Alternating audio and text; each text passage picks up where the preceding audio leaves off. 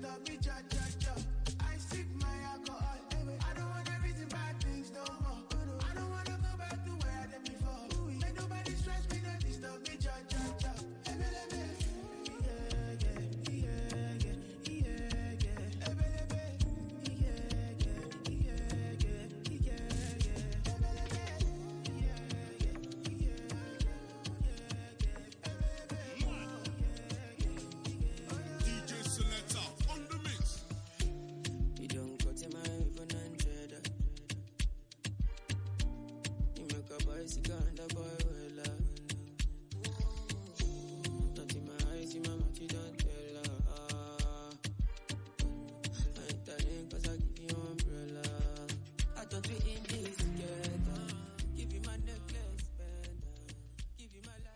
Finally, as promised, we are about to start this event. This is the 6th Pride Women Conference, and I'm excited to be here. We're going to start off with the national anthem, so if you can please be on your feet while we take the national anthem and kick off this program properly.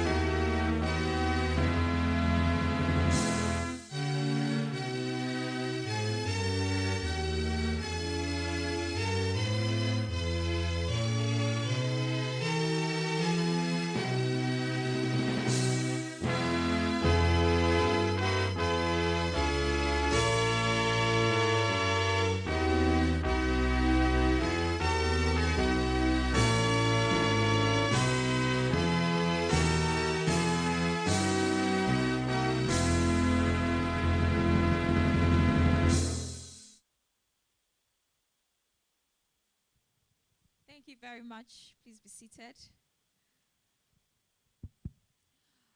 Once again, good morning, ladies and gentlemen. Welcome to the 6th Women Pride Conference with the theme, Getting a Handle on Your Life's Trajectory, Steps to Take, Pitfalls to Avoid.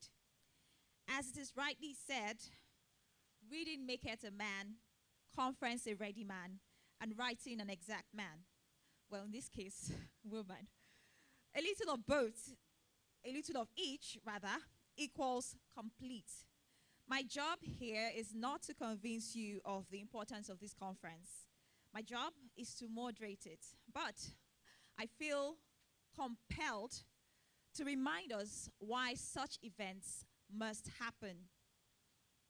I'm honored to be anchoring this conference, which purpose is to help you re-strategize as the world is slowly emerging from COVID-19.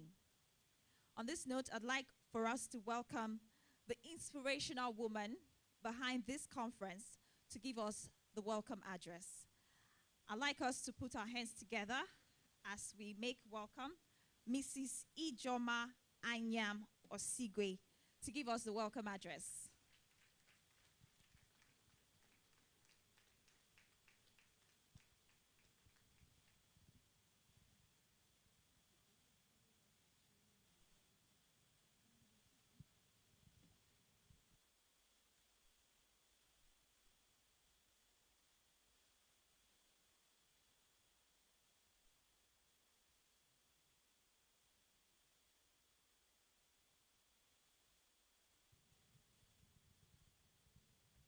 Distinguished ladies and gentlemen, I want to warmly welcome you to this event. Please, we will now call our participants to the high table and our facilitators. Permit me to start with our chairperson, who is here in the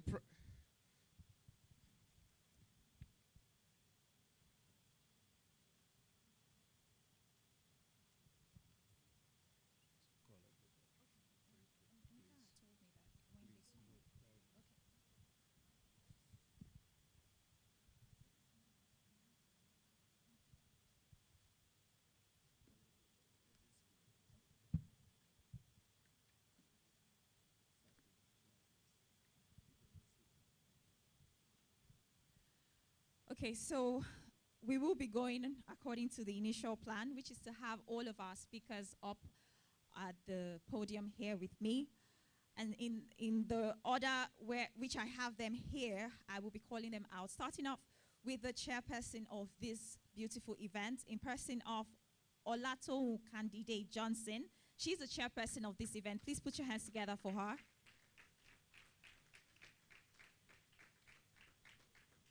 I'd also like to invite one of the speakers, Chief Mrs. Elizabeth Jibuno, who's being represented by Uri Ngozi Chukwuka. Is she here? Thank you so much. Please put your hands together as they make their way to the podium.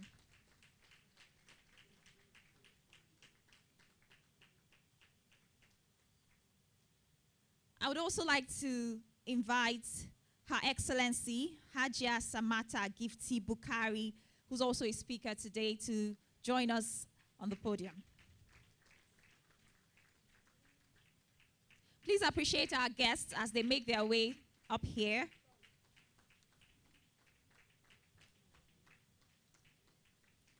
I'd also like to call on Nosa Aigbe. She's also one of the speakers today.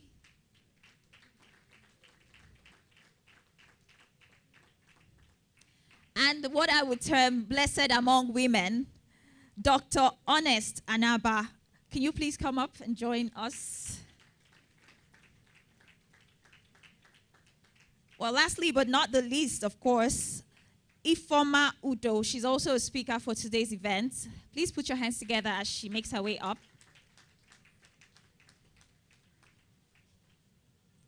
Okay, we would definitely hint you when she arrives.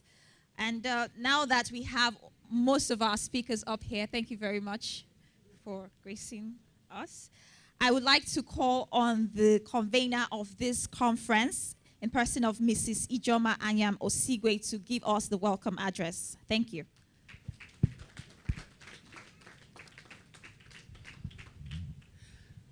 Good morning, ladies and gentlemen.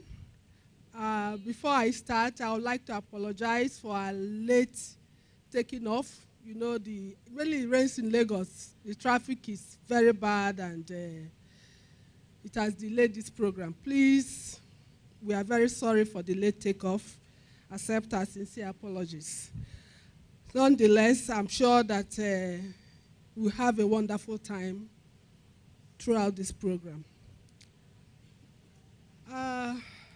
Our distinguished chairperson, our eminent facilitators, distinguished ladies and gentlemen, I warmly welcome you all to this 6th edition of the Pride Women Conference. The theme for this year's conference, Getting a Handle on Your Life's Trajectory, Steps to Take, Pitfalls to Avoid, calls us to pause for sober reflections. In our journey through life, the challenges we often face can be so daunting and overwhelming that we oftentimes do not know how to face them or tackle them, leading to despair and depression. Faced with such situations, we can find ourselves derailing from our choosing path in life. At this year's conference, we examine how we can avoid being overcome by the many curveballs life throws at us, so that we can remain focused on our determined vision, mission, and destiny in life, and move with purpose to achieve our goals. As humans, we instinctively seek meaning and purpose to our lives. We ask ourselves, why are we here on earth? What is the purpose of our life? How can we find lasting peace and joy, given the ups and downs of life? This is the reason why each one of us must determine what we want out of life, how we can plan to get these things. Each stage of our life's journey does require us to take concerted, well-thought-out steps. Yes, there will be mistakes and detours, but we should have recourse to our inner strength to make sure we do not derail when the challenges we face seem to want to overwhelm us, plunge us into dismay, or are detrimental to our well-being. Today, The chairperson and speakers will share their valuable insights based on their experiences, the steps that have brought great rewards, the pitfalls avoided that may have proved disastrous. We also invite you all to share your insights during the interactive session of this conference. We can learn and grow positively by sharing our experiences and insights. I'm grateful to God Almighty for His grace as this conference continues to provide a space for us to contemplate life's most pressing concerns and draw strength from one another. Remember, emotional well-being remains our goal. I thank you all for your continued support and presence. I wish us all fruitful deliberations.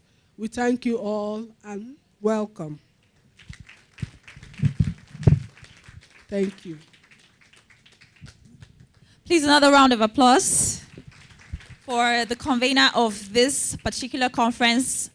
She's the one who has brought everyone here together today, and so we have to appreciate her. Thank you very much, ma'am. Moving on now, we'll go over to the next item on the program of events. We'll be taking the remarks by the distinguished chairperson for today's event. Before I call her up, I would like to tell you a bit about her. Olato Candide Johnson is a lawyer with over 30 years experience in corporate and commercial law and in business development and governance of multinational corporations. During the course of her career, she's worked in law practice, shipping, oil and gas. After many years in corporate life, she decided that it was time for her to venture into the entrepreneurial space. And in 2018, she founded GAIA Africa, a member-only business and social club for women leaders in Lagos to facilitate business connections and expand bottom lines. Ladies and gentlemen, I'd like us to put our hands together as we welcome the distinguished chairperson of today's event, Olato Candide Johnson, to give her opening remarks.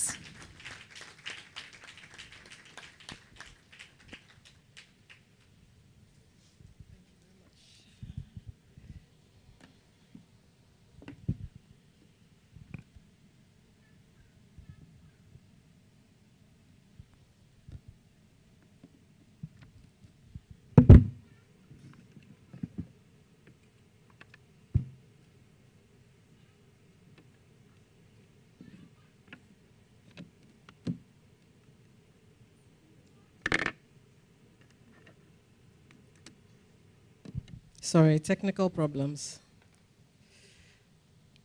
Okay, so good afternoon, distinguished ladies and gentlemen,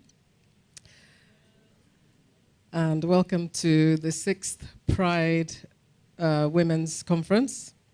First of all, I'd like to say a big thank you to the organizers and particularly to the convener for this, for putting together this conference over 6 consecutive years, and for honoring me with the invitation to chair it this year. I'm honored and I'm humbled, and I thank you.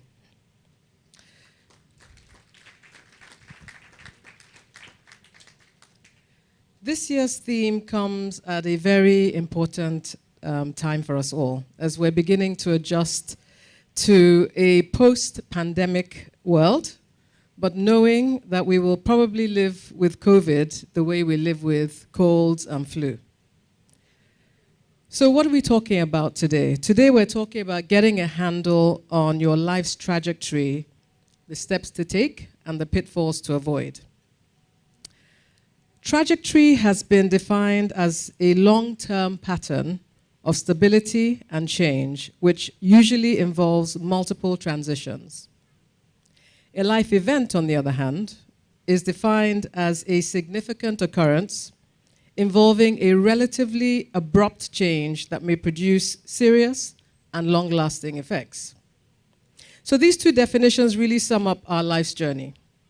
This is a journey that is inevitably checkered with times of joy and of sadness, many ups and downs, that are laced with jagged, rough, and smooth patches, yet we press on because this is what life is. So since we know that we will face change and changes and that this is inevitable, we must consider how to navigate the course over which we cannot entirely control. We can harness directly that which is within our own power. So to help us, we have our character, attitude, determination, willpower, and of course, I believe that we're all spiritual beings, and so we know upon whom we call. But how do we navigate these waters? So I've come up with a few answers to this, and they are not in any way exhaustive. So the first thing I'll say is that we're not in control of our lives entirely, but we can certainly take decisions that will help shape our lives. And what do I mean by this? Well, let me use myself as an example. It was never my plan to stay in employment until retirement age. And so I began to think about, next steps. And I knew that, I was in corporate for several years, and the majority of it was as a lawyer. And all kinds of things, audit, compliance, anti-corruption compliance, insurance, all these things. And then I realized that I was a little bit tired of law. Well, not a little bit, I was very tired of law. And I was tired of reading documents. And so I decided that, yes, I will one day I would like to run my own enterprise. But, with a singular, linear sort of training as a lawyer, I was afraid to go into entrepreneurship because you need so many more skills. And so even though I had crossed the 50-year mark, I went back to school. And I went to do an executive MBA so that I would be comfortable enough and armed with the skill set that I needed to pursue this entrepreneurship. It wasn't an easy decision, and it was certainly not an easy path to follow, because I was still in full-time employment with a very heavy portfolio. But I succeeded, and today I'm running my own enterprise comfortably with a group of shareholders and a board that I am accountable to. But the question is, thank you. But the question is this: if I hadn't taken that decision, would I not still be in paid employment today? And the answer is yes, especially because I was working in oil and gas, and there are beautiful golden shackles that keep you there, for whatever reason. So, and I think especially because, as I said, all I had done was, law, except for maybe 3 years in, business development in oil and gas, which is basically buying and selling oil blocks, which was fun, but, a bit nerve-wracking as well. But I give this example to demonstrate how we can participate in shaping our own life trajectory by equipping ourselves with tools that we will need to meet chosen and sometimes unexpected challenges. One cannot over-prepare for circumstances that one cannot predict, right? Number 2, deciding what we want to do with our lives is essential. So several people start the year vision boarding or writing out the objectives that they have for the year. And I'm sure that it is helpful, if you're a visual person, to see what it is that you want to achieve in that year. And clearly, if you are visual, it will remain in your head also. But the message here is to think through what you want to do, to write it down, to include the steps that you will have to take to achieve these objectives, and then to take those steps in order to achieve them. However, don't beat yourself up if you fall off the trail. Acknowledge that you've fallen off, and then get back on that horse and keep going. Number 3, I believe in serendipity. Do you? Serendipity, in the simplest context, is an unexpected and positive occurrence. However, a better insight is supplied by Dr. Christian Busch in his book, The Serendipity Mindset, which I read, where he explains that serendipity isn't about luck in the sense of simple randomness, It is about seeing links that others don't, combining these observations in unexpected and strategic ways, and learning how to detect the moments when apparently random or unconnected ideas merge to form new opportunities. So one of the examples he talks about in the book is, say you meet somebody that you never expected to meet, or yes, you never expected to meet, and you manage to have a conversation, say you exchange cards. What he's saying is, don't leave it there. Follow up and see where it leads. It may lead nowhere, which is fine, but suppose it does lead somewhere. You would have lost that opportunity if you didn't, well, you wouldn't know, but so follow up. The fourth thing I will say is be flexible in life, because there's really no hard and fast rule.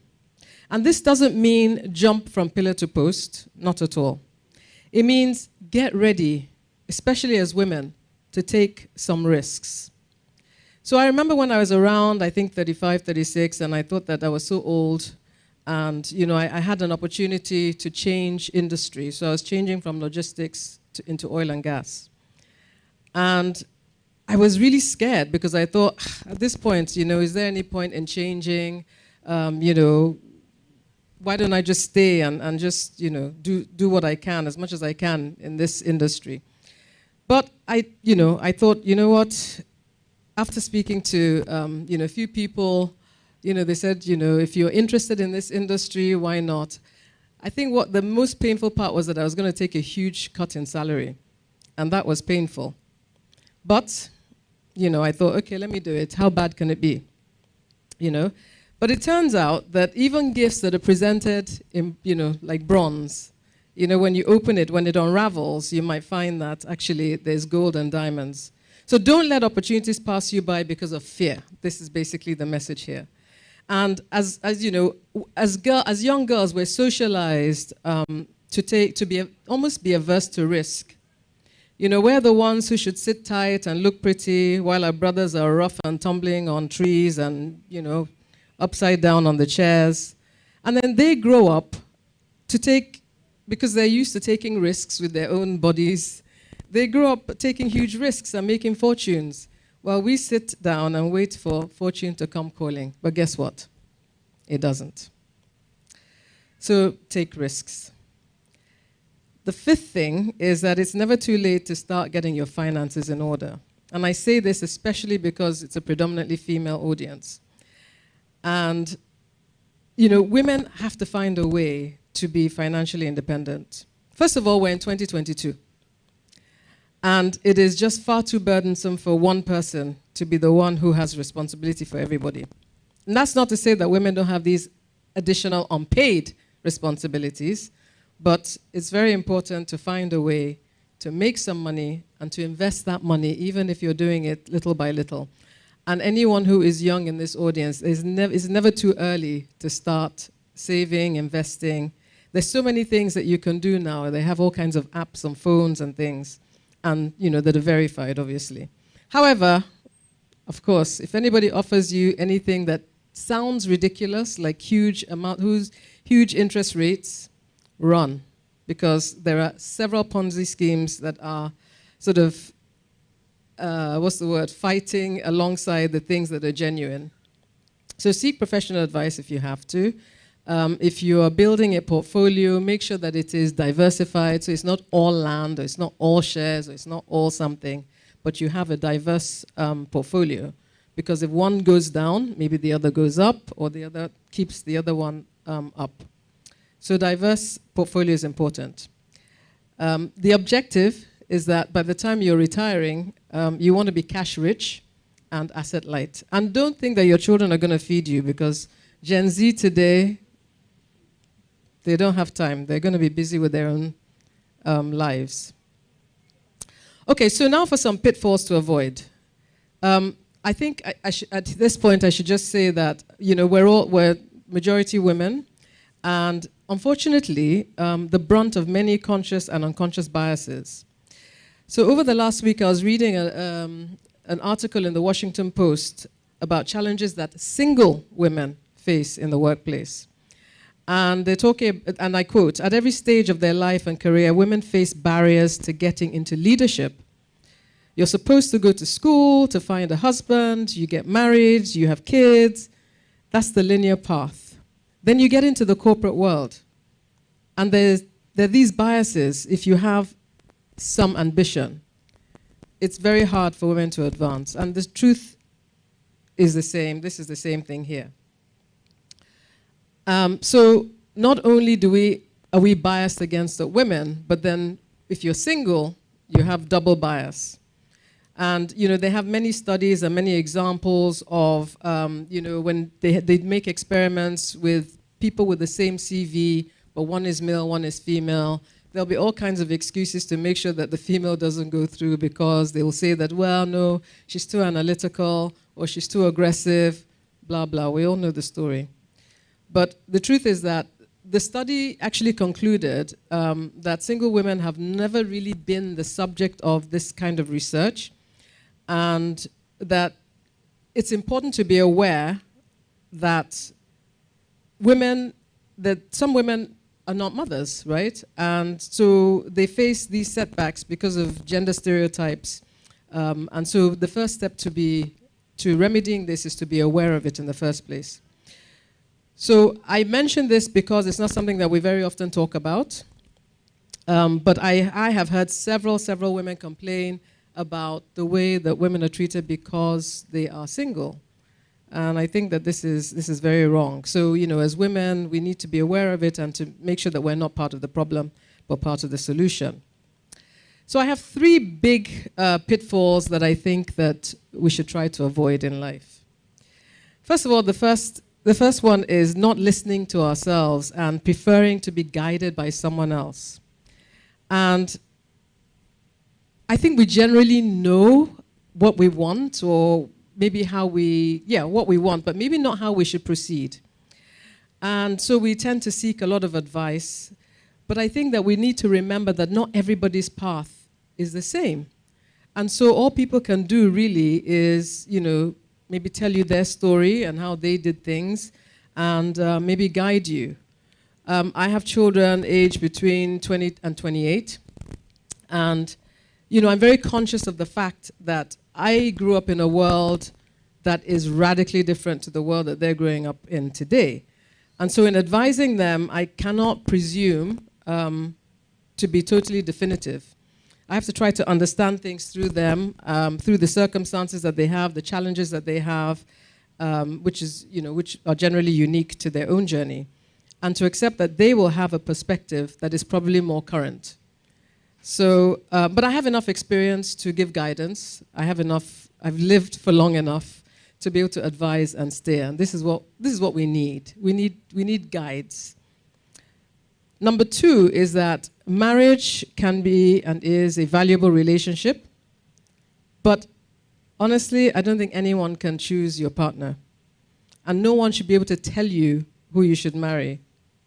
And so when I've been asked to counsel, young ladies, and their stories about, pastors and people in authority, telling them that they've seen things in their dream and this is the husband for you. I tell them that until God wakes you up himself, please, wait to hear from him.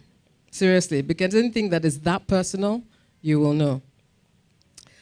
So because marriage in itself is a challenging journey, and over time and circumstances, things change, right? So it will help if you've chosen someone who you can call your true friend.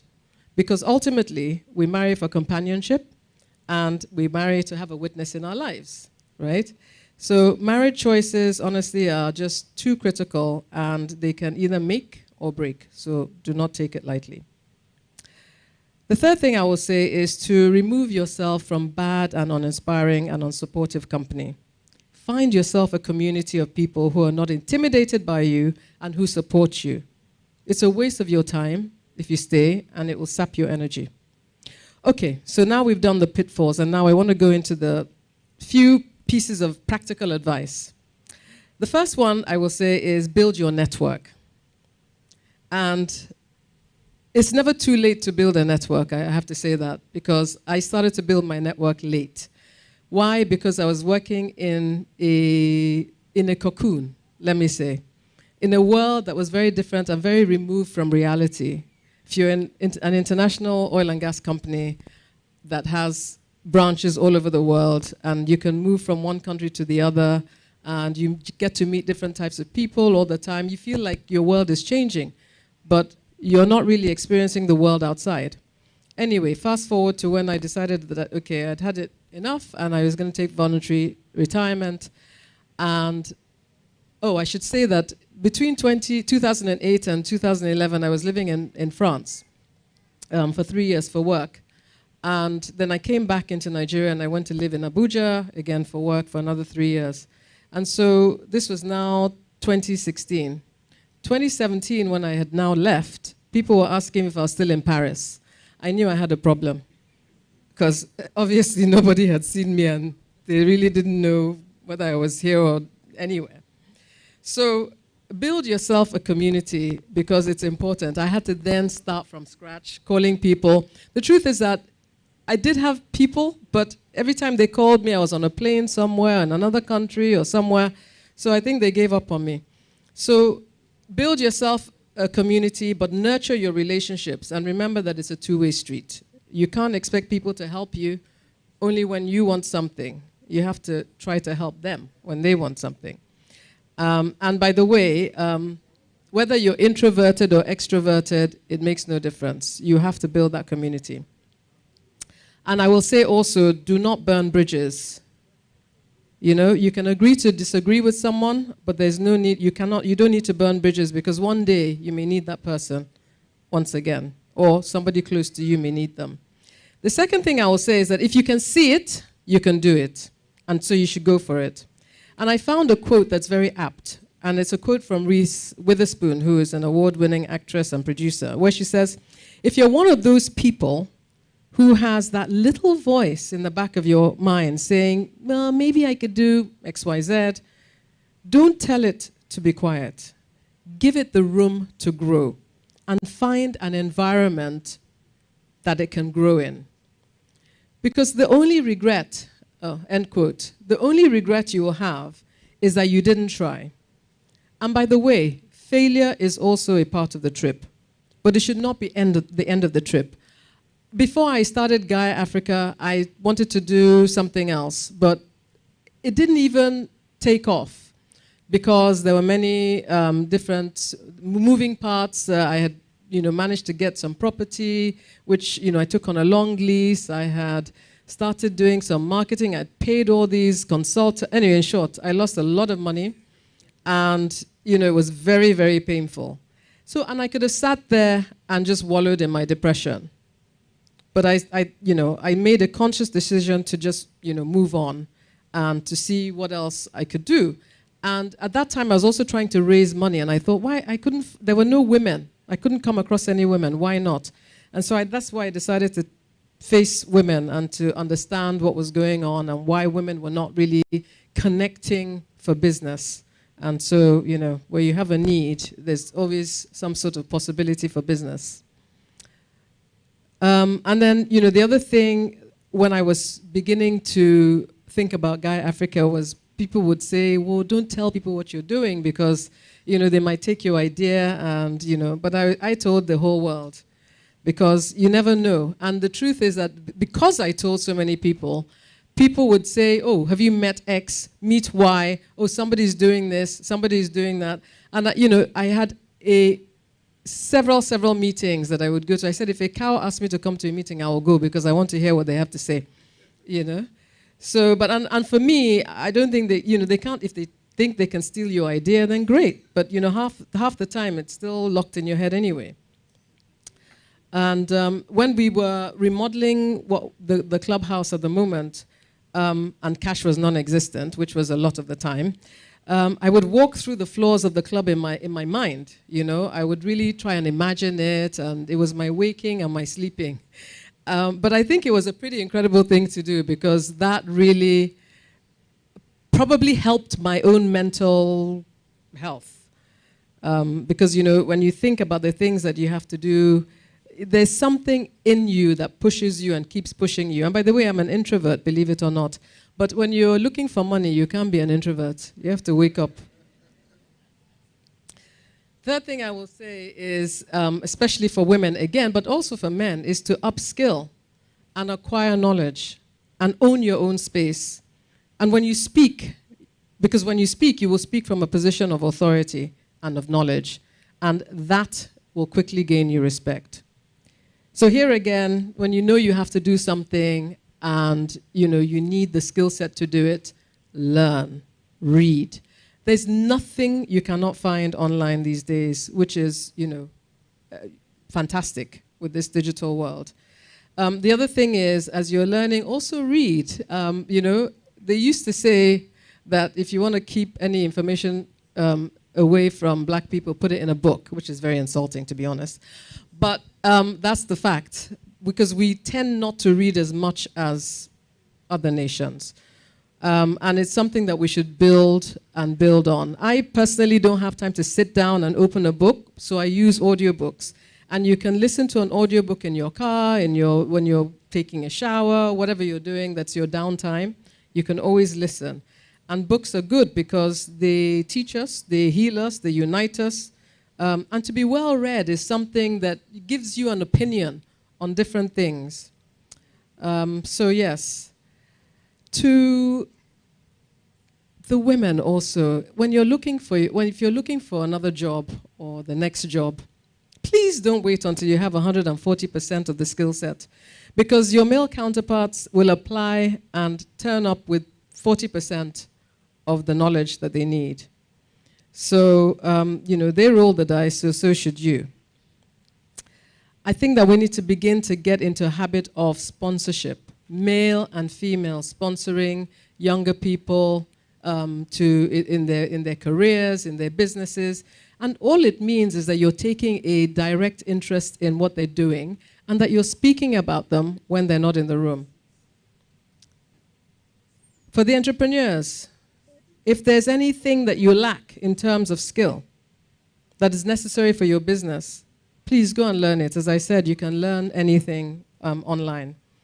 Don't mix your finances with your business finances. Governance is critical in your enterprise. If you're looking for people to sit on your board, don't look for names. They don't have time. Look for people who are actually interested in your business and that will help you and that will walk with you. Look for people who will support your business. And finally, I haven't spoken about wellness or anything, but this is critical for our mental health. But I will say that you need to try to enjoy your life. Find a hobby. Exercise. Find an exercise routine that you enjoy. Eat healthily. Get massages, facials, male and female, not just women. Pamper yourself. And above all else, be kind to yourself. Practice self-empathy and love yourself.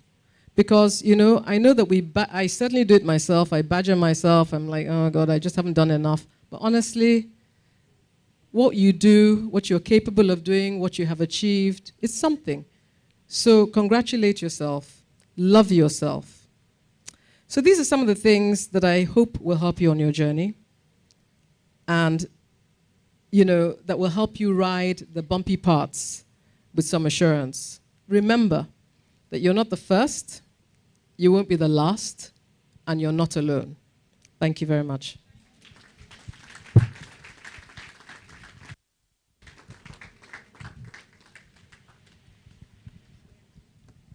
Please, another round of applause for our distinguished chairperson for today. And I had so much to learn from that session. I wrote down a lot. I don't think there's enough time for me to share all of it. And of course, that would just be me repeating what she's already said. But I remember she mentioned that we cannot completely control our lives, but we can actively participate in how we navigate the course of our lives. And, at a point, it stopped being a speech. It might have started out as a speech, but at a point it stopped being a speech. It became reality, became truth. And that's when, speech ceases to be a speech, when it becomes truth. And there were just so many things she said that resonated with me. I don't know about you, but if we're starting off like this, then you already know what to expect from the rest of the speakers for today. Please indulge me another round of applause.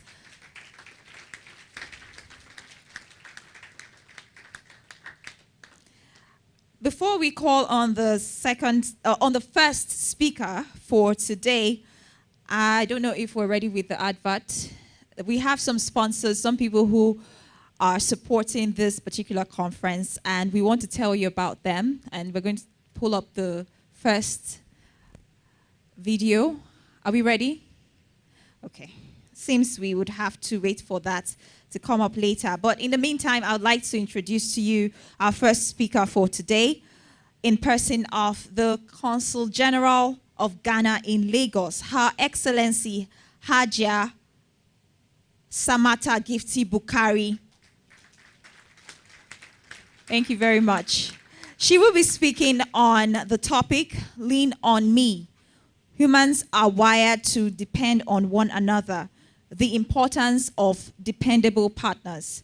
And before she comes up, please, I would like to tell you a little bit about Her Excellency. Hajia Samata Gifty Bukari is a Ghanaian diplomat, politician, educationist, and current Consul General of Ghana in Lagos. Hajia Samata's areas of specialization include gender and development, diplomacy and governance, microcredit for poverty reduction, human resource development, quality education, girl-child education, community development and local governance, women in politics and early childhood development. She has received numerous accolades for her work towards women empowerment and overall development in Ghana. Please join me as I make welcome Her Excellency Hajia Samata Gifty Bukari. She's going to be the first speaker for today. Thank you very much.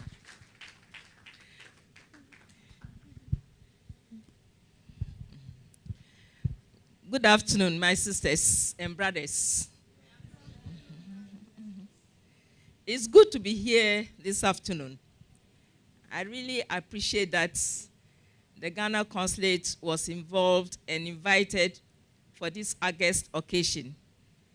I wish to warmly acknowledge the organizers of this important function, their sponsors, media partners, and participants. It's great that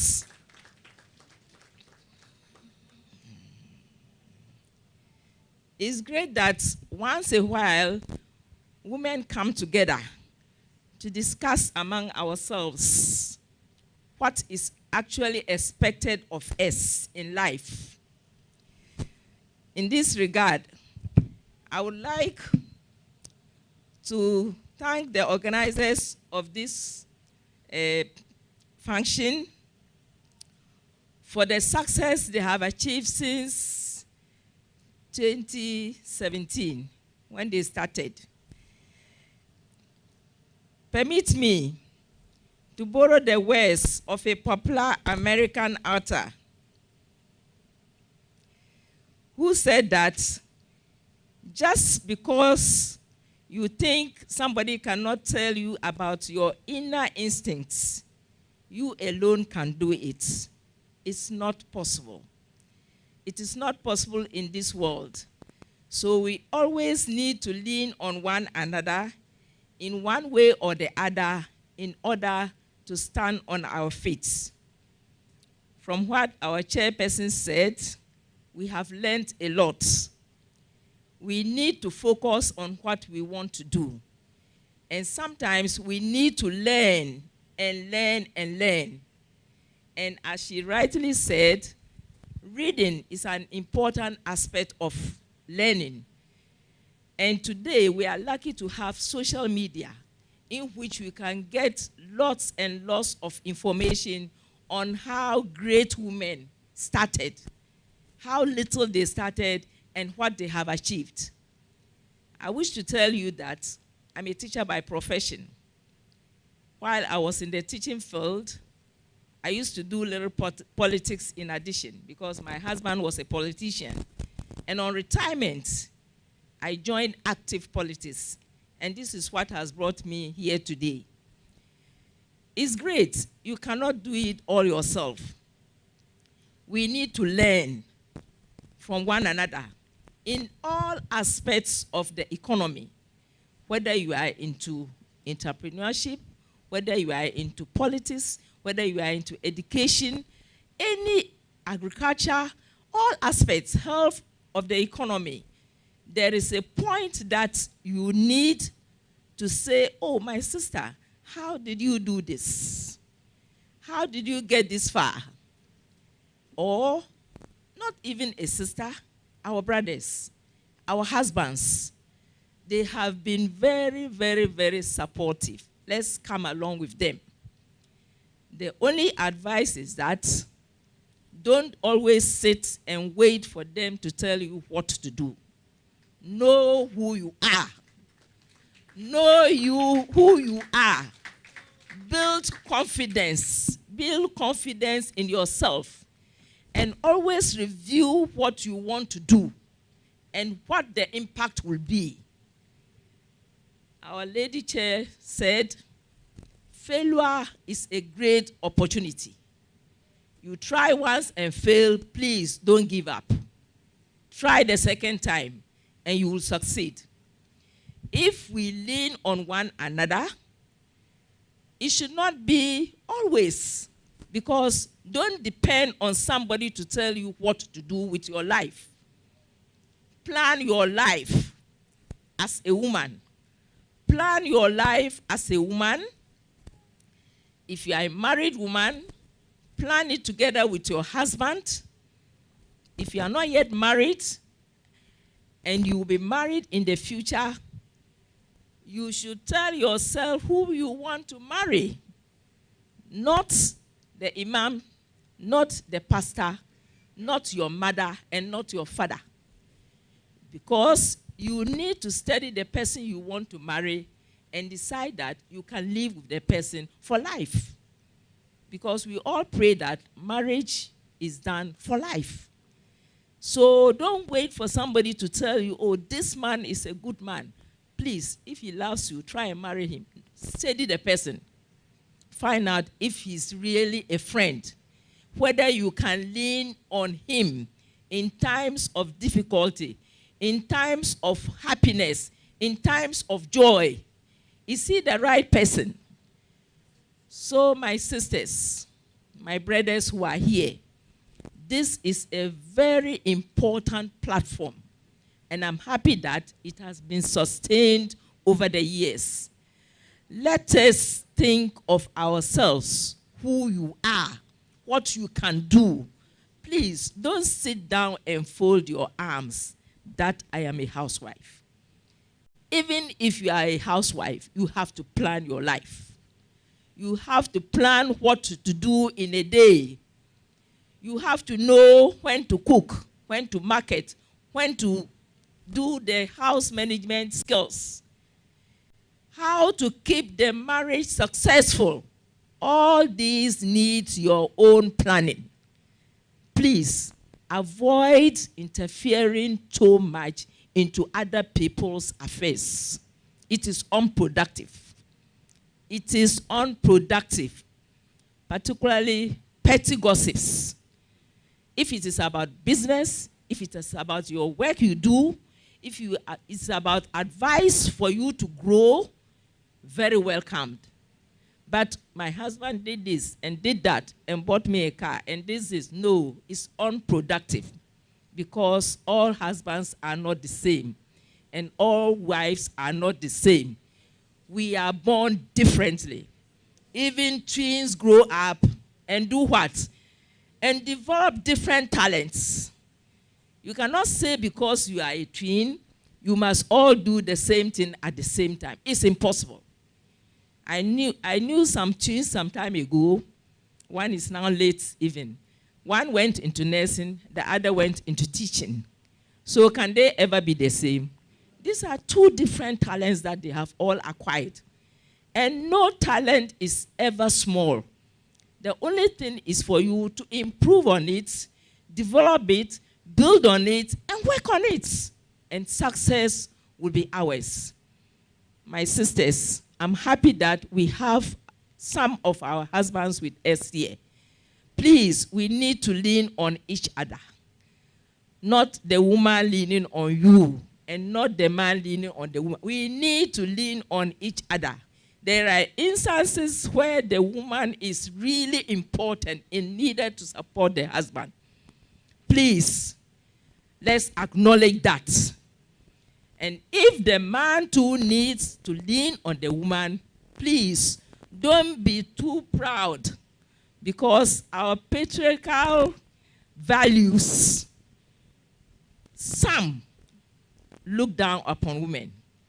Because in the past, it was all about the man doing this, doing that, doing this, buying the cloth for the marriage, buying this for the marriage. Therefore, the woman was silent. Today, the world has brought us far. We are in a modern society. The woman can do what a man can also do. So, let there be equity. Let there be equity.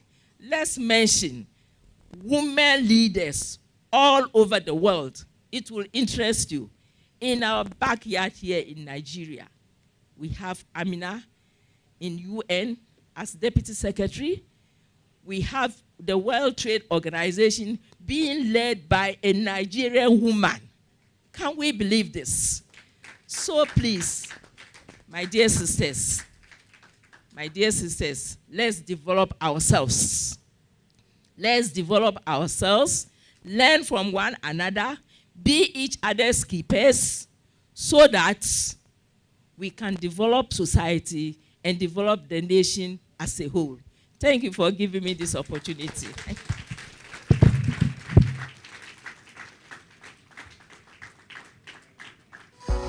Imagine having all the right information to grow your business.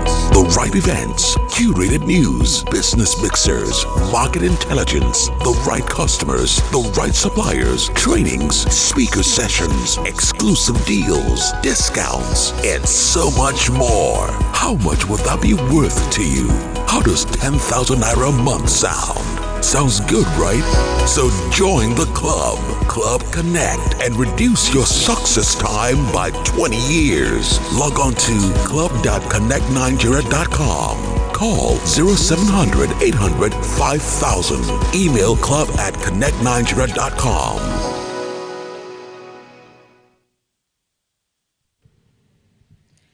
Thank you very much. Please, another round of applause. I didn't get to do this, so another round of applause for Her Excellency Haja Samata. Thank you very much. And moving on now, we have our next speaker in person of Chief Mrs. Elizabeth Jibuno, who is the co-founder of DD Museum and the first private museum in Nigeria, the chairman of Elizabeth Jibuno Art Foundation, and chairman and chief executive of Richwood Wellness Sanctuary. However, she's not here with us today. She's being represented by Uri Ngozi Chukwuka. Uri Ngozi Chukwuka studied business administration at the University of Lagos. She also has an MBA in marketing management from Trinity College, Dublin. She has blazed all aspects of media, from radio, TV, newscasting, and script writing to developing content for TV and radio. She's also an experienced marketer and a believer in increasing adaptations of new media and digital skills. On behalf of Chief Mrs. Elizabeth Jibuno, Uri Ngozi Chukwuka will be delivering a speech on the topic, "You Can Do It, Having Recourse to Your Inner Strength and Spirituality for Effective Results." Please, a round of applause for her.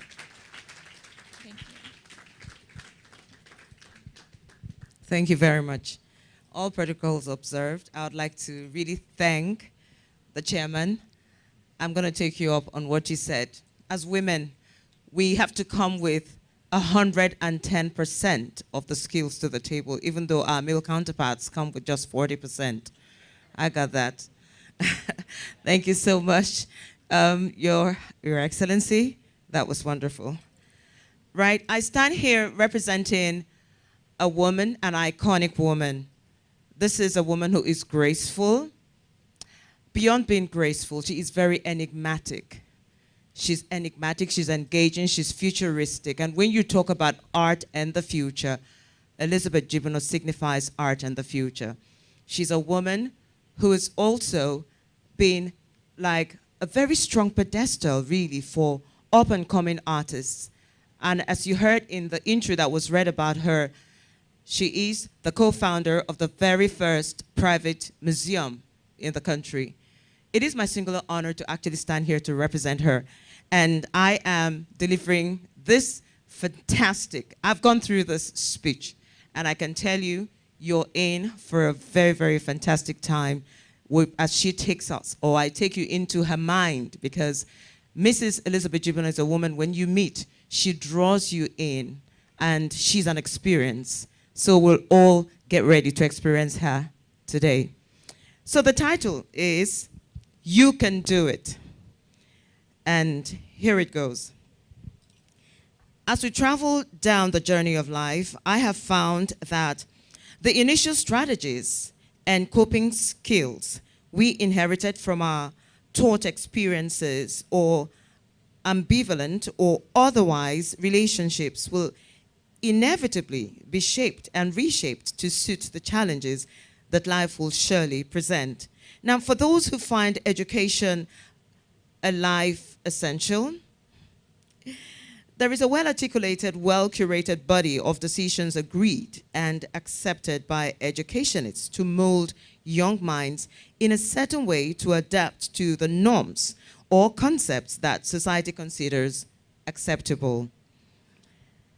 Now, even outside education, the guidelines remains the same, where certain standards are aimed at, and it is expected that participants should imbibe and understand these as precursors to coming under that particular umbrella of conformity that is ultimately acceptable within the group. However, I have also found that despite this calculated molding, the human being is extremely resilient and therefore maintains or strives to retain independent traits in their personality.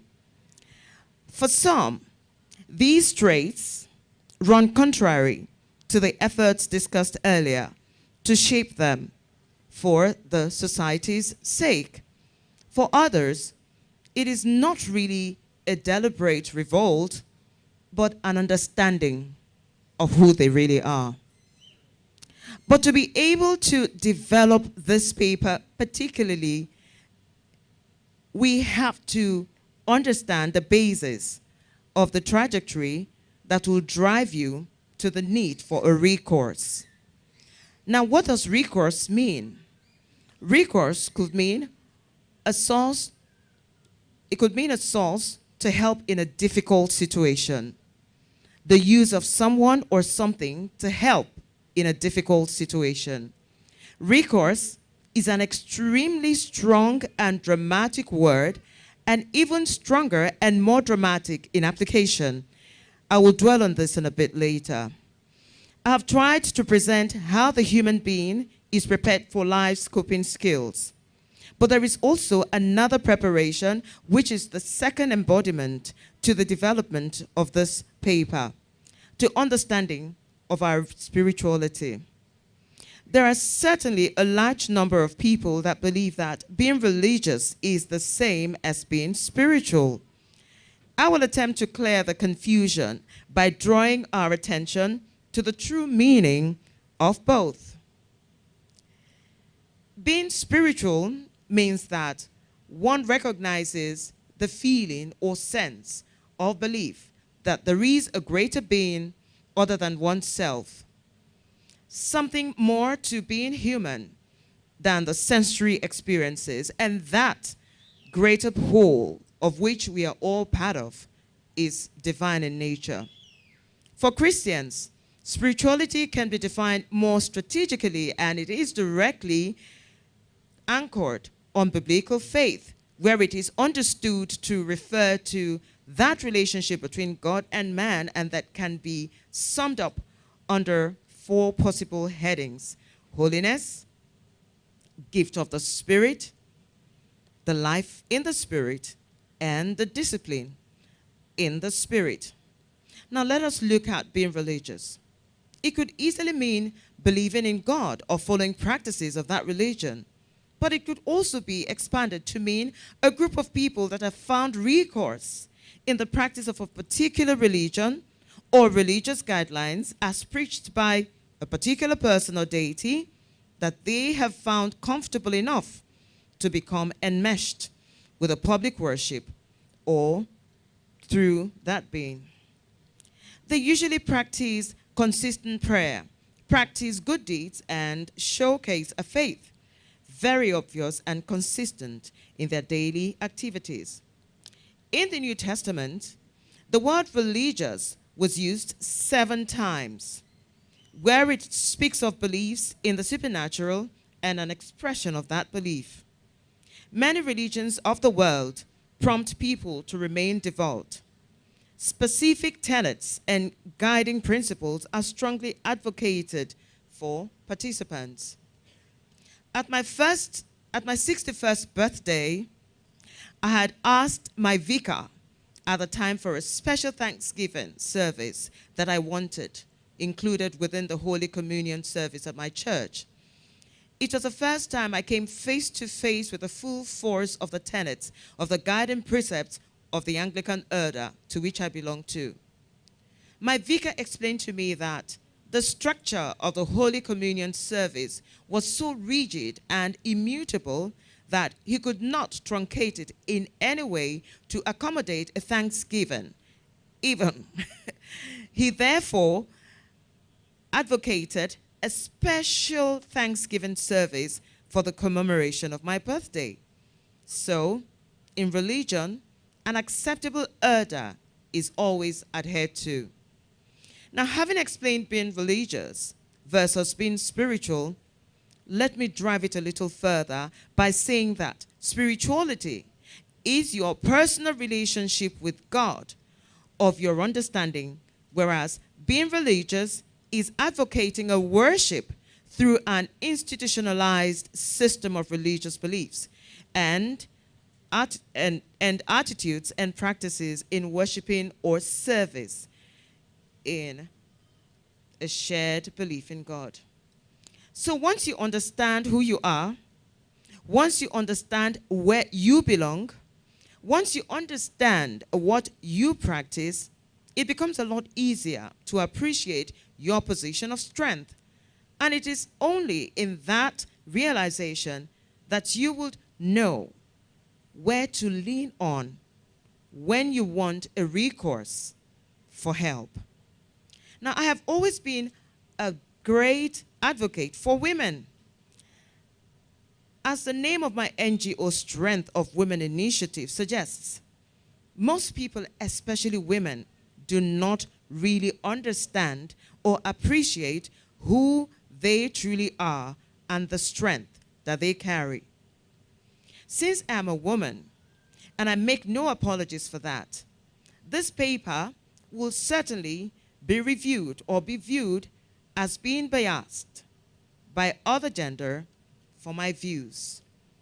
My views are from a woman's perspective, and this conference suggests that women are the real kings here, at least for today. Now, I have always advocated, however, that when a woman recognizes the strength she bears and understands it, 2 things can happen: a total destruction or a total salvation. Now let's look at total destruction, she says. When a woman has been subdued for a long time and denied her God-given rights, especially within a union, any union, it is one of the most dangerous acts of inhumanity. The woman can suffer the abuse for any extended period of time without complaints, most times. It is Victor Hugo, the French poet and novelist, who is credited that with the phrase, "Nothing is more powerful than an idea whose time has come."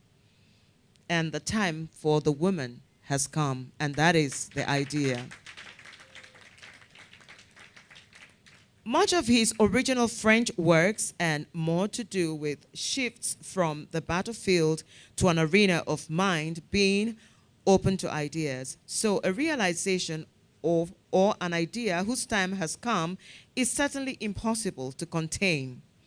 When a woman gets the idea that her time has come in any way or in any form, she will tear down everything she has built.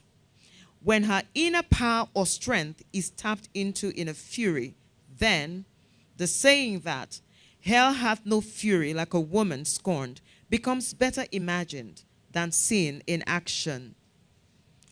A woman will decline all favors and reject all entreaties once that inner strength is unleashed.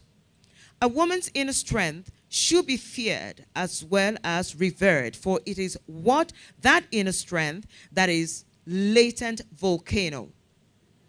Most men tend to cage women because some actually understand the power of the woman, but few appreciate the fury of a woman's strength unleashed or its volcanic nature. When the inner strength of a woman is released via negative sentiments, it can end up being extremely destructive and in the end may destroy even itself. Now let's look at the salvation aspect. When this power is positively directed as it is unleashed, it is the most magnificent spark for any woman. When you realize that despite your trials and your travails, that you possess the capacity and the tenacity, the strength, the willpower to save your life, redirect your affairs, and understand your destiny, and you channel it positively, then the world will take notice, woman. You become first a fearsome being and then a savior. You receive an anointing and a blessing, and even the home receives that blessing, for a positive spirit blesses as it anoints. A positive spirit is a healing spirit. A positive spirit is rejuvenating. A positive spirit promotes growth and wellness. A positive spirit is the ultimate fulfillment of womanhood. It is with a positive spirit that a helpmate is found. The head of the home becomes revered and fully respected. He receives the anointing from God because an environment where the peace that God promised that passeth all understanding becomes manifest when the woman is positively appreciated. Now, no one should underestimate the power of positivity that comes from a woman at peace. And therefore, when a chance to recourse to your inner strength is activated through your spirituality, then you become God's own creation. You come into your own God-given strength and you become purposeful. That is when the anointing becomes palpable. That is when the full recreation of you as God designed you becomes manifest.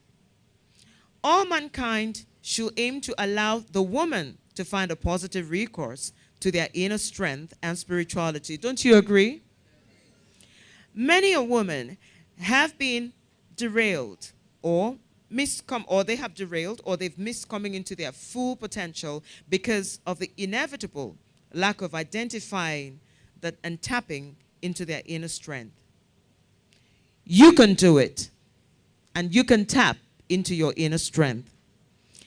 It sounds so easy to advocate this, but trust me, it can be extremely difficult.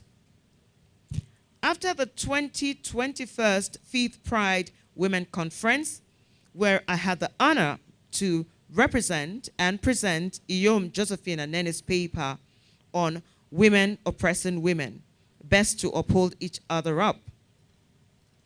I had the privilege to have met quite a number of young women. Some have become my mentees, a few my adopted daughters.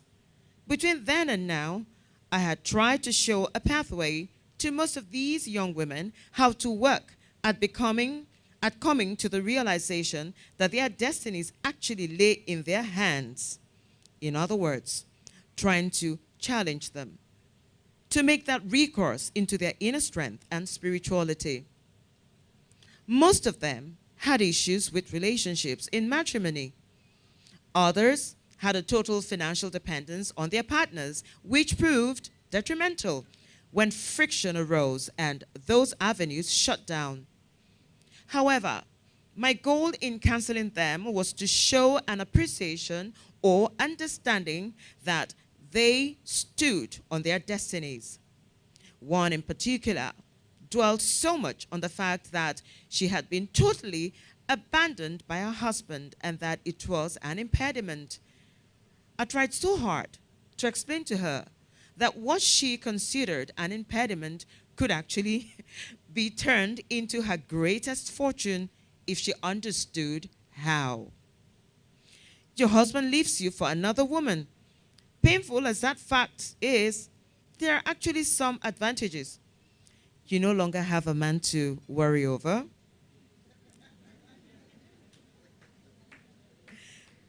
You have nobody at home to cook for. You have nobody to control you or to put a caged life on you. And you have nobody to take permission from. And if I just have to add me personally, you have nobody to take permission from when you have to go be with the girls. Now, don't get me wrong. It is also one of the most difficult periods of a woman's life. One, you have to become the sole breadwinner.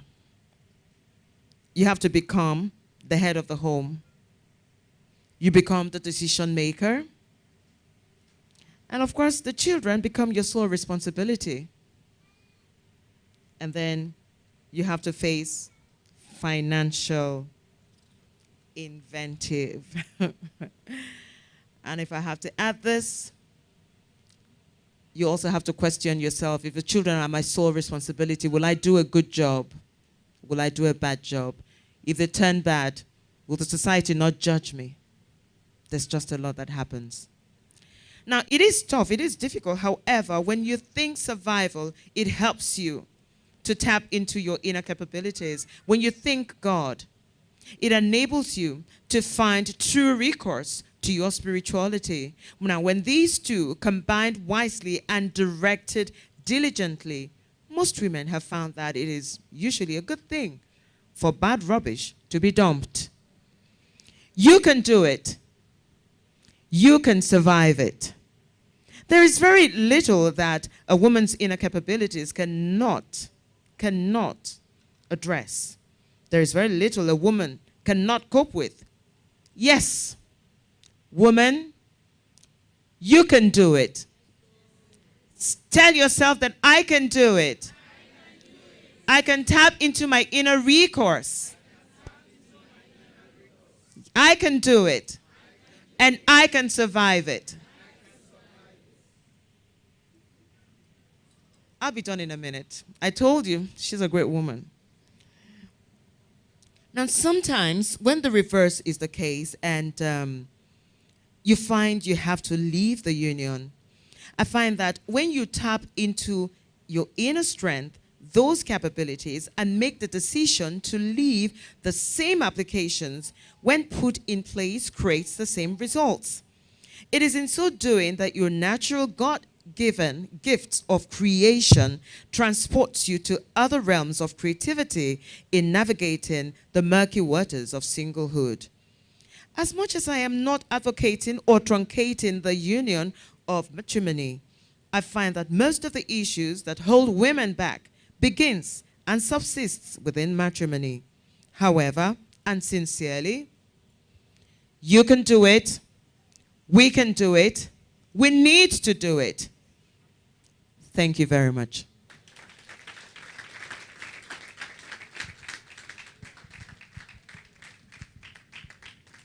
Welcome back to Super Picks. Now let's switch from football for some breaking news. We have our reporter on the scene in Lagos with more. I'm standing right outside of Domino's Pizza in Lagos where a pizza delivery record attempt is taking place. Here's a slice of the stats. Currently at 25 minutes delivery time, Domino's Pizza Nigeria already ranks #1 globally in the Domino's Pizza ecosystem, yet they aren't satisfied. They want more. Get this. They're going for 20 minutes delivery time right from when your pizza is ordered till it reaches your doorstep. Tees off. The traffic in Lagos is legendary. Can they survive it? In this game, anything can happen. The world is watching. If they don't make it, the customer gets a free pizza. Not today. I don't know if they're gonna make it. He can use his map. He's close. Oh my goodness, he made it! Yes! Domino's Pizza now delivers in 20 minutes guaranteed, or you get a free pizza voucher. Thank you very much. I might be having an issue with the sound guy. You just keep cutting me off even before I'm prepared. In any case, thank you so much to both our speakers, even though only one of them was here, Chief Mrs. Elizabeth Jibuno and Uri Ngozi Chukuka. I think the write-up was beautiful, and the person who delivered it also did a great job. Please put your hands together for both of them.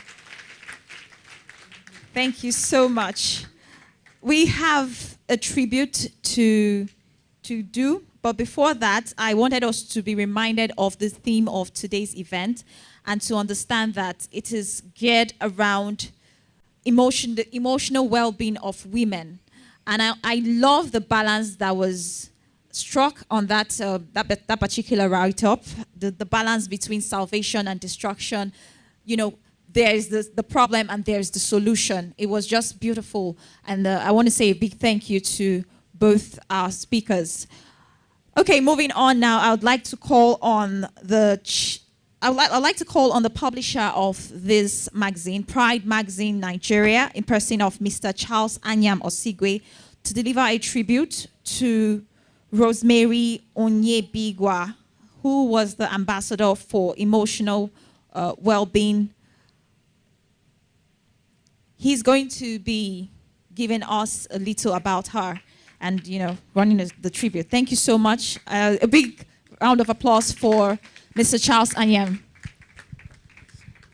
Distinguished chairperson, all the beautiful ladies, Your Excellency. Wow, I like your outfit. Uri, I go fine. Oh. Lady in red, my cap is matching your color. Chairperson, when I listen to you, the thing where I learned today, after no rush, I want to talk to you.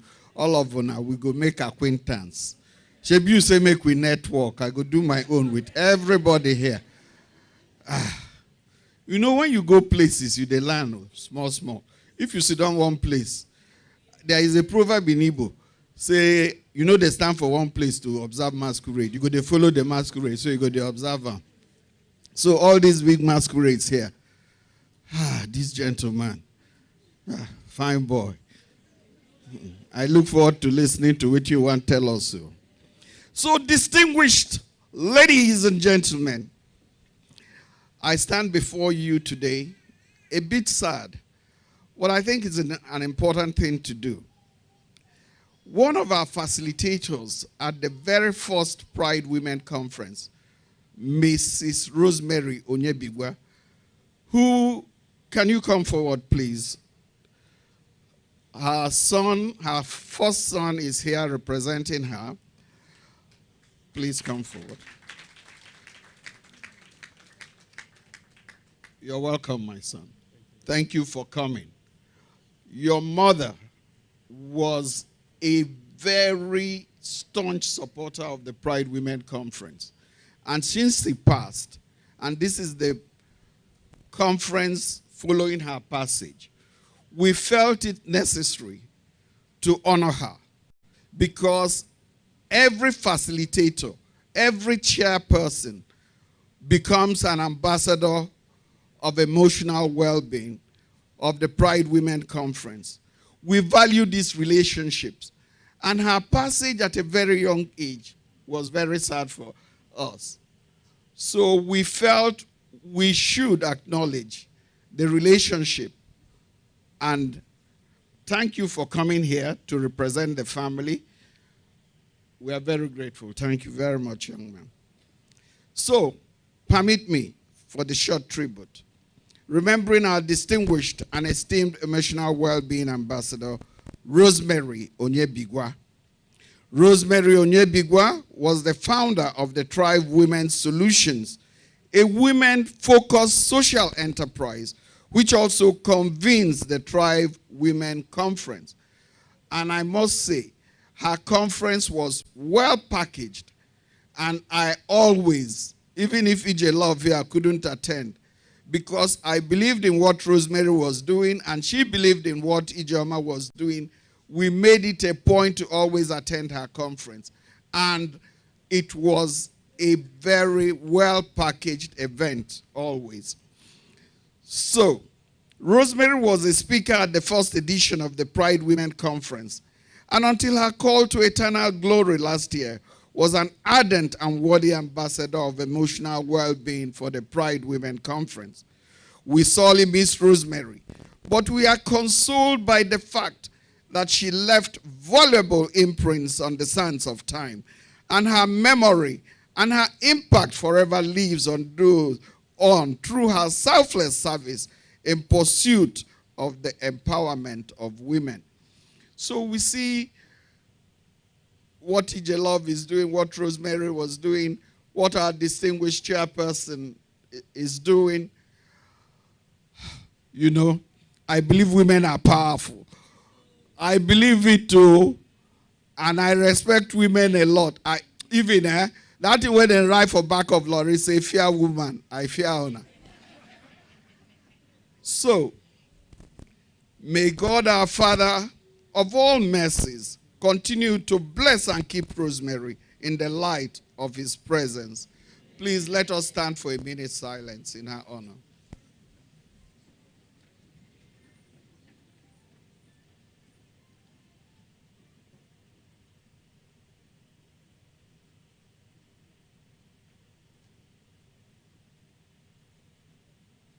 May the soul of Rosemary Onyebigwa and the soul of all the dead departed, through the mercy of God, rest in perfect peace. Thank you very much.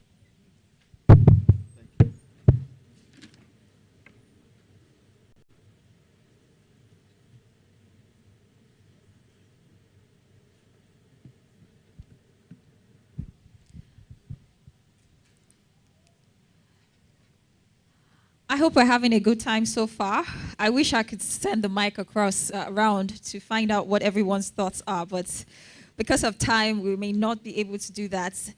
However, just be reminded that we would have an interactive session between the speakers and the audience. So if you have any questions, go ahead and write them down. If you have any observations, we'll soon give an opportunity for you to tell us what you think about the program so far. We'll be going on with the rest of the program, and up next is our third speaker for today. She came in right after the other speakers were up here, and she ensured that I didn't call her up for some reason. She said she's more comfortable down there. But let's all put our hands together as we make welcome Ifeoma Udo, a social entrepreneur and founder of Shecluded. And briefly, I will just give you a brief introduction of who Ifeoma is. Ifeoma Udo is a social entrepreneur and founder of the first fintech for women in Nigeria, Shecluded. Growing up in a single-parent home after her dad died, and her work experience in seed funding, where women were notably absent, made her passionate about creating a company that provides more female entrepreneurs with the capital and resources to grow. Ifeoma Udo will be speaking on the topic, owning your financial journey. Please put your hands together for her once again as she comes up.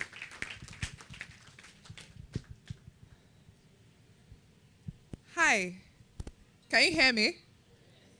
Hello everyone, my name is Ifeoma Udo, and today I'll be speaking on owning your financial journey.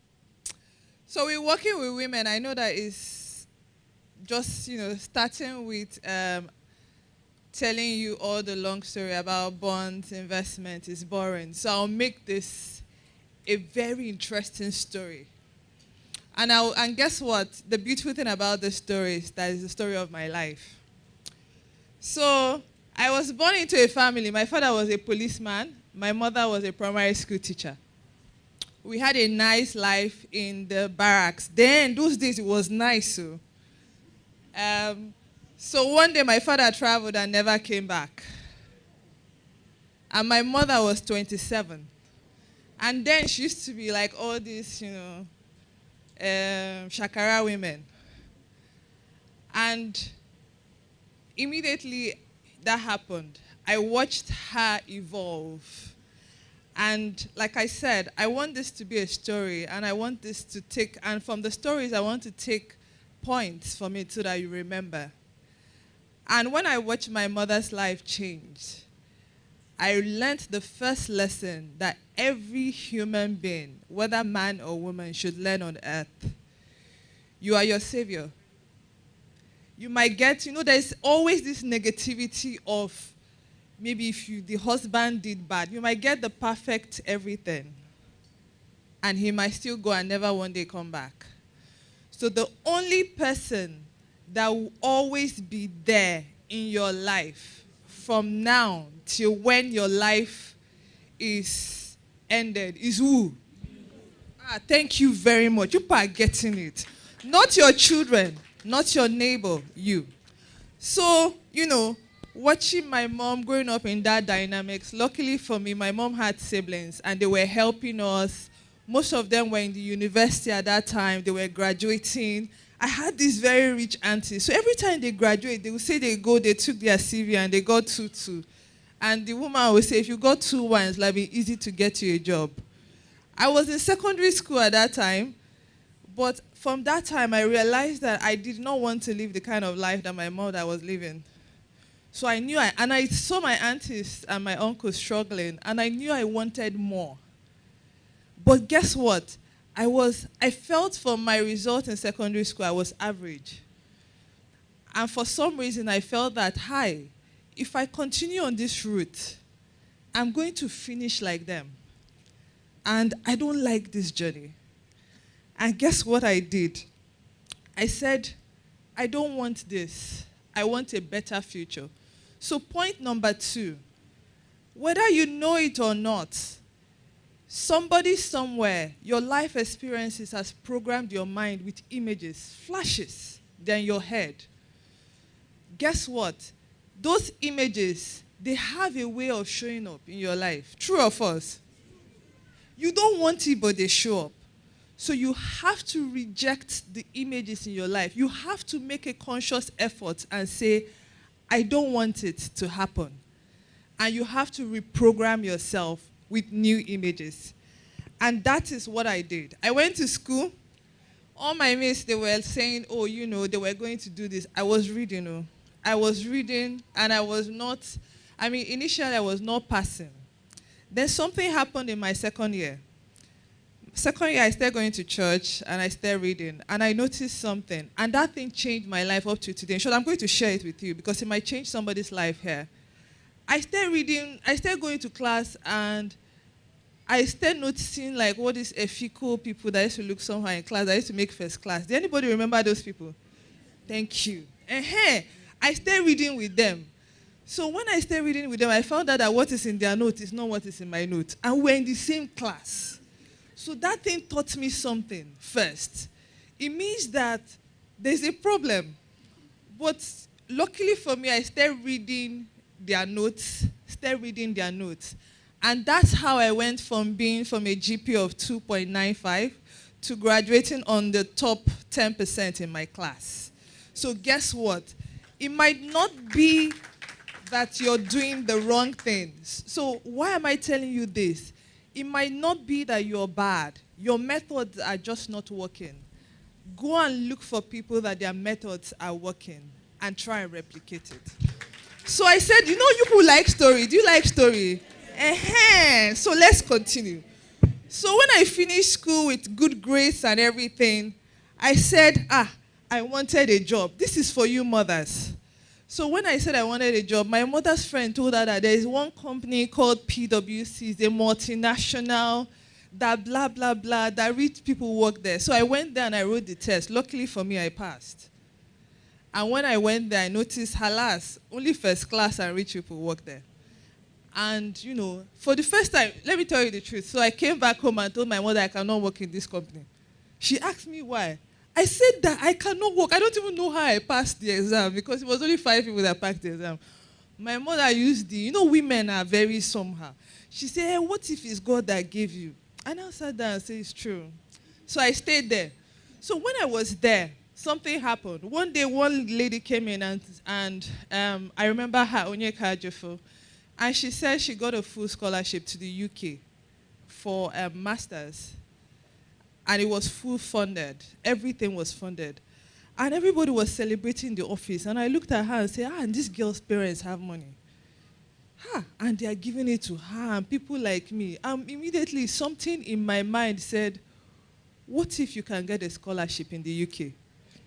And I went back home and told my mother, Mommy, I'm going for master's. And she said, yes, my friend's daughter just got Unilag form. I said, no, I'm going to the UK. She looked at me. Guess what happened? I got a scholarship the next year to the UK, to Lancaster University. So, point number 3, proximity. Point number 4, somebody is following diligently. Are you really enjoying this gist? I told you I came for a gist. Proximity to prosperity can increase your chances and can change your mind. I talk in a lot of women community and I ask them, you don't have money. Why is it that the church that you are going to, they don't have money? They don't answer. I say, okay, how many of you have seen good hotels, beautiful hotels? You just carry yourself, your children. The coke there is 1,000. Even sometimes we don't used to have money. We just go there and drink coke and water. And you've gone there to sit down and just look. I told you about images in your mind, right? You need to work on changing those images. And guess what? Some of the things that are luxury, some of them, God has made them what? Free. So you go there, you sit down, you buy a Coke and you drink. It's 1,000, right? But guess what? There's something that does to you. And there's something that does to your children. So should I continue my gist? Okay. So, you see, I told you I like it. So when I went to the master's, I finished my master's and I came back. And I got a job at PwC to go back. And my friend said, hey, there's this new sector called tech that many people are doing tech. Man, I don't know what tech is. But when she said it, she sold something. And I said, if I go back, I'll go into consulting. I've known it. Perhaps I can try something new. And that's how, luckily for me, I found myself in tech. So this is point number 5. Try new things. You've been sewing for 10 years, it's not prospering. I always tell women, that I work with, some of them have been earning 100,000 for the last 7 years. And I said, after you say village people, sis, they tie your leg for that thing. Are you not seeing that it's not prospering? So whether you like it or not, inflation rate is what? About 15%. The valuation rate is about 10%. Every year you get poorer by 25%. So think about it. Let me teach you this thing. So if you're earning 100K this year, by next year it might likely be worth 75K. Although in your account you'll still be getting the 100K. Do you understand it? Do you understand? If you don't understand anything, let me know. So I will go back, okay? Oh, no, we'll have time to go back. So let's continue. So when I worked in tech for a bit, then after a while, I got an offer to go and lead a technology incubator. And when I was sitting there one day in the office with my colleague, he saw my bank balance and he said, hi, you have money in your savings account. And I said, yes. I was feeling proud. He said, why don't you invest it? I said, invest. He said, yes. You can do FBN, Stanbic Bond, whatever. And I said, are you serious? Let me try it. And I went and I did online and I booked it and I did it and I started investing. That was what brought me into investing. And I realized that your money sitting down in your bank account means that you are lazy. You cannot be lazy and your money is lazy. Somebody has to be working for you to enjoy your life. And how good is that for your money to be working? And guess what? I didn't know that that experience was what would lead me into Secluded. Because after a while, I started investing in them. Then after a while, it was a Nigerian company at the time. So by the third week, all of them would be broke. And they would say, hi, I want a loan. And my colleague was like, oh, she has money, loan from her. And they will collect from me and they will start paying. And I noticed that for them, it made them like, go, this thing solved my problem. And for me, it gave me money. So it was a very good situation that I didn't have that insight. And from there, I started doing research. I told you I started working in the company. I started doing a lot of research about women. Because at that time, I was in seed funding, and I was noticing that I wasn't seeing women. I wasn't seeing them getting money. I wasn't seeing anything about women. And I started looking at the data on credit and everything. And I said, you know what? Maybe I should be lending to women. I feel that that would be more impactful because I feel like there were so many times that we got jobs when I was growing up. My mom got jobs that she could not implement because she did not have money. So me lending to women will make me, because I did not really like lending, but I liked the fact that it could change somebody's life. And that's how I started doing it before I got the conviction to go and start Secluded. So that's the end of my story. Today, with just running Secluded, I've been featured on New York Times Square. I've not been to New York yet, Sha.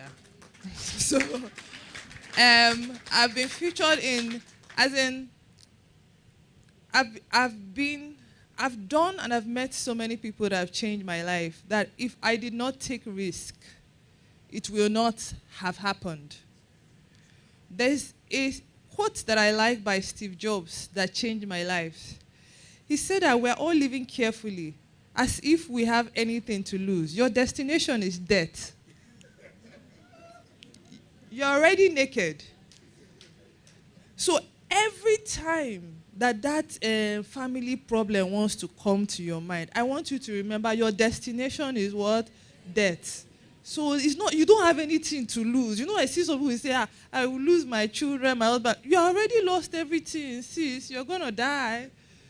So let that mindset inspire you to live a better life. So lastly, before I go, during our NASDAQ program last year, I got the privilege for the first time in my life to work with a coach. And Hilary Fago, I think she's sort of like a billionaire coach. So they put them to coach normal people in Africa, you know. So during that program, or during one of our coaching sessions, she said, close your eyes. And she said, divide your life into chapters. So I mean, me, I'm like 36. So I divided my life into chapters. She said, assume that chapter 1, your age 1 to 8 is chapter 1. Age 8 to 16 is chapter 2. Age 16 to this, do it till now that you are here. The name of this book is Ifoma. All of you, the name of the book you're writing is what? Is your name.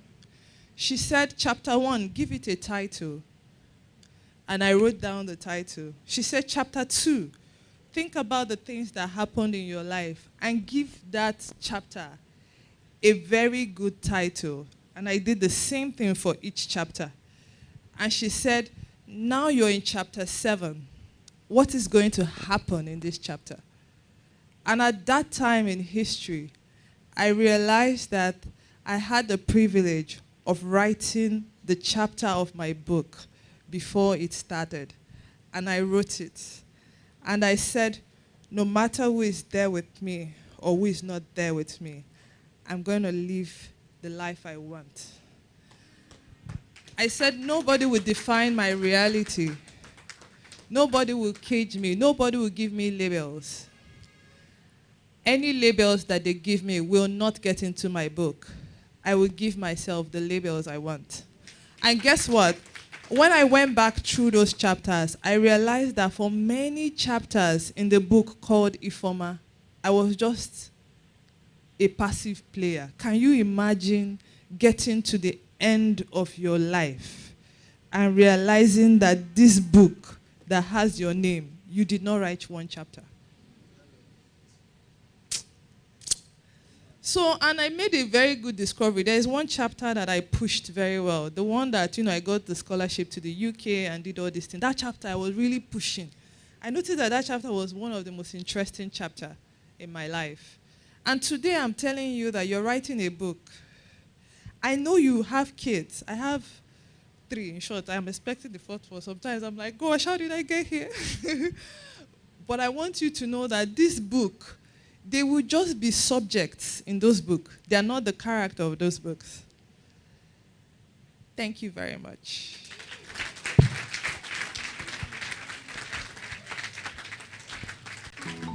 Go natural with 100% fresh, healthy fruit juices. Comes in guava, orange, mango, and tropical mix. FemPride fruit juice has 0 concentrates and 0 artificial flavors or colors. Taste the difference with FemPride delicious and nutritious yogurt made with milk and bursting with flavors. Comes in sugar-free, sweetened, strawberry, and pineapple. Available at ShopRite and other leading retail stores. FemPride. Taste the difference. Wow. That book illustration was just the best way to end it. Wow. Something else, you cannot be lazy and your money is lazy. I could go on and on. Thank you so much, Ifoma. That was a very, very beautiful session. And I just want to tell you guys, everyone here, that we have free food. I know that's very important. And we also have free health check from HCI. So there are lots of free things, free goodies available outside. And not just for those who are in the hall right now. We have goodies available for those who are joining in via the live stream. So if you're on the live stream, we have goodies for you. All you have to do is stay on until the end of the program. Then we would definitely be in touch with your goodies. In the meantime, I just thought to inform you that we will be having the refreshments at the end of the program, which is not too long from now. And all refreshments are free. So any stand you get to, it is free of charge. Thank you so much. And thank you again, once again, Ifoma. We're moving on now to, well, when I first introduced him earlier, I said he was blessed, the blessed among women. And so I would like to use this opportunity to call on Dr. Honest Anaba, who's the co-founder of Resurgence Mental Health Support. Now, before he comes up, a little bit about Dr. Honest. He is the co-founder of Resurgence Mental Health Support Initiative and is a recovery coach and addiction medicine specialist who implements client-focused and evidence-based practices with a holistic care model aimed at improving treatment, retention, and outcomes. He's a lead Smart Recovery International facilitator in Nigeria. He consults at Olive Multi-Specialist Hospital, Hida Hospital, and Lighthouse Lekki Recovery Home, with multiple success stories in mental health and addiction rehabilitation. He's going to be speaking on the topic, Female Mental Health 101, understanding the risks, evaluating coping skills, and achieving wellness for today's woman. Considering the theme of today's event and the fact that it is built around women's well-being, this is a very, very key aspect of the program, and I am wondering if it is symbolic that it is being handled by Dr. Anaba, especially since most of our speakers are women. But I trust him to do justice to this topic, and by the time we leave here today, obviously, we would have learned a lot about our mental health. Thank you very much. Thank you very much. Good afternoon, everyone. Good afternoon, my chairwoman, my co-speakers, and everyone available today. I think, I think there is no limit to having such avenues, to pass information, create awareness about mental health.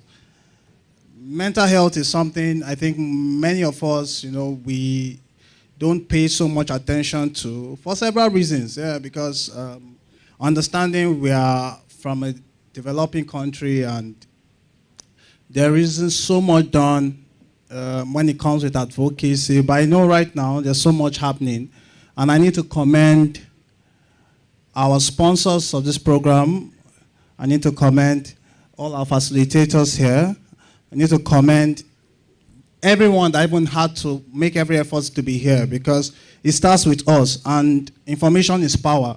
The more we keep getting informed and being proactive about the information we hear, so there's no limit to our productivity. I will be making this presentation following my slides. Can my slides come up, please? Yeah, so Female Mental Health 101. Don't mind the 101. It's not a course. We are just trying to go to foundational level to understand the concept of mental health, understand female mental health. Our population, there is a risk that's been associated with the female gender, and it's important we are all aware. So I will be building my content on definition, mental health facts, mental health disorders across lifespan, risk factors, coping strategies, and tips that might help any one of us. I'm an addiction medicine physician, so you guys should permit me, because I know many people don't know what's addiction medicine. What was that, And it's an evolving field of practice, well established in developed countries, and a few of us have seen a need, to expand this practice in Nigeria, understanding that there's a big challenge with addictive problems out there. There's been pharmacological approaches that have helped both in developed countries and even developing countries, and I think Nigeria is slightly lacking behind. There's so much we could do, so we are trying to see how we can improve treatment, retention, and outcomes with that problem. And it's definitely related to both mental health and physical health, which every one of us are trying to, make improve prognosis and outcomes. So the content, please, can I have the screen up? Okay. So the next slide, please. Yeah. So definition, as I mentioned earlier. Next slide, please.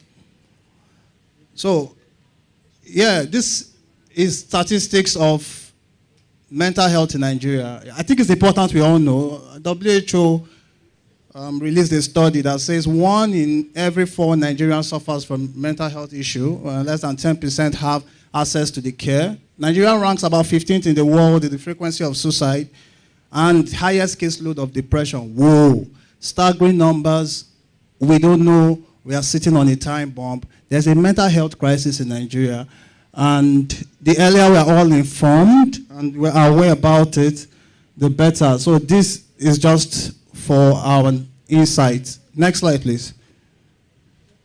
What's mental health? It's important we know what is mental health. So mental health is a state of well-being in which an individual is able to cope with natural life stressors, work productively, attain our potentials, and as well contribute better to society.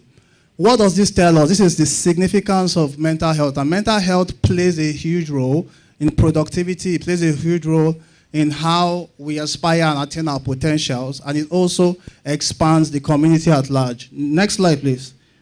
So what's the concept of well-being? Because it's important we know well-being.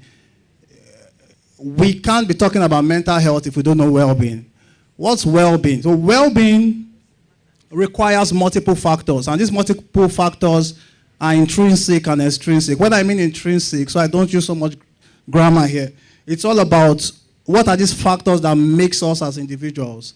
How do these factors interact with our environment? And when we talk about intrinsic factors, we're looking at our cognitive function, which is how we think. We're looking at our emotional state, which is how we feel. We're looking at our physiology, which is the normal processes of our body.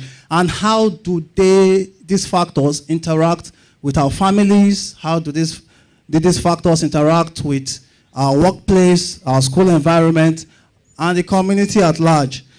Because one thing for a fact is, for an individual who have these factors working in synergy or in synchrony, they are able to have a great sense of well-being, and at the same time able to contribute better to society. So how do we conceptualize with all this information? How do we corroborate the conception of well-being? Understanding well-being is no longer that fuzzy opinion we used to once have, or well-being is just feeling good, feeling nice, having a stable mental health. No, it goes beyond that. Next slide, please. So well-being can be conceptualized in a manner that we understand that there are several factors that goes on inwardly. How does what go on internally affect our functionality, affect our productivity? And when we say productivity, we're looking at economically, socially, that's within our relationships and within areas of our skill. So let's go to statistics of the female mental health, which I'm sure many of us are not aware of. 1 in every 5 women experience a mental health disorder. 53% of women have mental health illness. 50% of women who have mental health illness experience some form of abuse. Now, when it comes to the social demographic, racial distribution, black women ranks the global statistics that have a higher risk, or the highest risk, of mental health issues. 75% of mental health disorders are established before the age of 24, making adolescents and young adults the highest risk population for mental health. I think all this information is not to get anyone scared, because mental health is not a death sentence, neither is it a moral failing. It's treatable. But it's just for us to be well informed, because earlier detection, better prognosis, better outcomes, we can get fine. We can be productive, we can contribute better, but it's important we know some of these things. And this is why this gathering is important to me, because understanding how the female population have a higher risk of what goes on in community, of statistics in community. So this is why we all need to really know how develop better coping skills and strategies that can preserve us and also prevent progression of developing mental issues. What are the risk factors? So risk factors, we look at it from a twofold approach. We look at it from the sex differences and we look at it from the gender differences. So when we say sex differences, it's more of like biologically based. So we are looking at how hormones could fluctuate beyond our control. So this is what goes on naturally in our body. Another thing is, from the hormonal fluctuations, studies have shown that testosterone actually helps men from developing anxiety easily. Unlike in the female sex, testosterone is mildly produced at very low amounts, and that also is a risk. On the gender differences, we have to look at that holistically and see how environment influences the female gender. And I'm sure many of us are well aware, because menarche most times starts maybe 12, 13, some people even see it earlier. And it shows how social maturation precedes brain maturation. And normally brain fully develops maybe 21 years, and you can imagine a lady, already having so much of societal pressures on them, and their brain is not fully developed. There's a part of the brain responsible for strategy, responsible for coping, responsible for executive functioning. And that part of the brain isn't fully developed. So that already puts the adolescent female at a higher risk, understanding that they don't have that capacity to manage the pressure. And that is also a message for moms out there. So you know how you also follow up your daughters and understand their incapacity, and no matter how much you might talk, they might not get it because their area of strategy is not fully developed. So we need to understand that so that we can know how we respond. Let's go to mental illness across lifespan. It's just for our information. I don't want to go in depth on that, but we need to understand that at different ages in our lifespan, there are some common disorders that might present itself. And it's just for our information so that we can know when to seek help.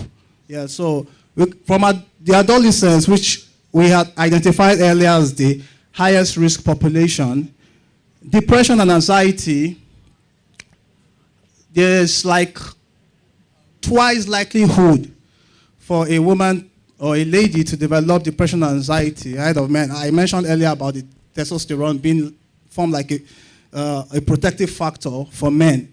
And when we talk about depression, it can go as little as, having unnecessary low moods. You cannot really identify or pay any point to any trigger sometimes. And you might realize some of your hobbies, things you once used to do, you are having problems experiencing the pleasure you once had. That might be a thing of concern. You might need to speak, with a psychologist or with a psychiatrist. Anxiety, sometimes we might just be all by ourselves and you just start having intrusive thoughts of worrying. You're just excessively worrying. Why am I just disturbed? And it goes to a point that it might start affecting our functioning. It might start affecting our relationships. That might be a thing of concern. You might need to, reach out and speak with someone about that. Adverse childhood experiences, I think that is a big deal. If we saw the stats earlier, 53% of mental health disorders are attributed to trauma. And understanding trauma, it's a big thing. In Nigeria, policies have not been so favorable for the female gender. It's really important, we pay attention to adverse childhood experiences. So many children, most times, as I mentioned earlier, their brain isn't fully developed. So once exposed to any form of trauma, be it physical abuse, emotional abuse, different types of abuse, any kind of trauma, when you violate their rights, most times it can disrupt their development and it might persist over time. And they end up maybe trying to, develop other maladaptive ways of coping. That's where we find several of them indulging in substance use and the likes. Other things, substance use disorders, I don't want to go deep into that. Compulsive behaviors, eating disorders, yes, internet addiction, sex addiction, and you can go on and on. There are so many. And that's where we come in as addiction specialists and we try to help people come out of such behaviors. Young adults, we have bipolar. Bipolar from the name polar, so there are two poles. So most times you have people experiencing either the depressive symptoms, which is low moods, not feeling okay, irritable. And on that angle, sometimes they could easily switch and start feeling the opposite, feeling exhilarated, feeling so happy. They want to engage more in things that will make them so happy and they experience so much of pleasure doing those things. So they'll switch sometimes. This is not village people. This is mental illness and it's treatable. Please, you can always seek help for that. Anxiety, depression, as we mentioned earlier, substance use, schizophrenia, which is like altered reality. Sometimes that's what we all tag as madness. But it's treatable and people can function properly. Reproduction-related mental health disorders. So I'm sure we all know what's PMS, PMS is there, which is the menstrual pain women experience. Sometimes some women's experience might be severe and might need attention because sometimes people could even overlap with issues with depression and anxiety. And that's where we have postmenstrual dysphoric disorder. It exists. And you have people sometimes, the time anxiety and depression kind of manifest, it comes in par with when they're having their periods. And sometimes it could be so profound that it affects their functioning. Yeah, sometimes they might need help with that. And it's not for us to say, come on, get up and just, go and do what you're doing. No. They might just need some clinical evaluation and management. Another thing that comes up to reproductive lifespan, if we are well aware of postpartum blues, anybody knows what's postpartum blues? So postpartum blues occurs in about 85% of women after pregnancy. It could come in the forms of depression, irritability. Sometimes we try to educate men, you don't need to be hard on your wife, you need to understand that they are going through postpartum blues. It is not a disorder, it's something that is normal. But we always, inform people once these symptoms persist for more than 2 weeks, please reach out because it might now be a postpartum depression or a postpartum depressive disorder. Menopause, very interesting time in a woman's life because then again hormones come to play another role, disrupting our mental balance, and how most times they could come in anxiety states or anxiety forms, in depressive episodes. And I managed a client the other time and it was pure menopausal symptoms. She even did well with just psychotherapy. There was even no need for her to be on a pharmacological agent, but there are sometimes they might even need pharmacological agent. But I just realized in our society these days, most people feel, once you're on one particular drug, there's a problem. And this is the stigma and discrimination that is attached to mental health. But you take drugs for hypertension, but you take drugs for diabetes. Why can't you take drugs for mental health? As long as you're treated by a certified clinician, you do well, you do fine. Like these drugs, yes, all drugs come with side effects, and it doesn't necessarily mean that they are going to make you permanently handicapped for life or something. No, please. So that mindset we have, please, we need to correct it. All these illnesses can be treatable and there are no issues. Elderly population, we have dementia. Dementia, some of us might have someone close to us. Elderly, sometimes they start forgetting faces or forgetting memories. It has an impact on memory, especially. So we can always pick that up early so that most of these illnesses are progressive before it becomes severe. Yeah. So how do we go back now to corroborate every information we've got, talk about our coping strategies, because coping strategies is key. I think the evolving field of preventive medicine and positive mental health has proven to decrease some of those figures that we saw earlier. And that is why, again, I have to always keep commending the organizers and sponsors of this program because, please, there's no limit to this. We need to do so much of this. People need to be aware. People need to really know what can be done, what can we even do within our own control, within our capacity to protect our mental health so that we don't even have to experience some of these disorders. Now, we have this chart which shows us a positive mental health most times focuses on our resilience, focuses on self-mastery. It focuses on equipping us better with the coping skills that would help us function well and feel good. And when we talk about feel good, we talk about our emotions, I always tell my clients, I tell them, come, your emotion is your responsibility. It's a choice to hand your key to your emotional states to Nigeria. You can hand it over to Buhari, you can hand it over to the economy. But don't forget, you also have responsibility to control it.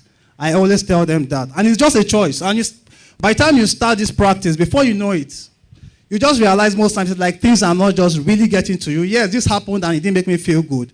But I'm responsible for emotions because the way we think affects the way we feel. And the way we feel affects our actions eventually.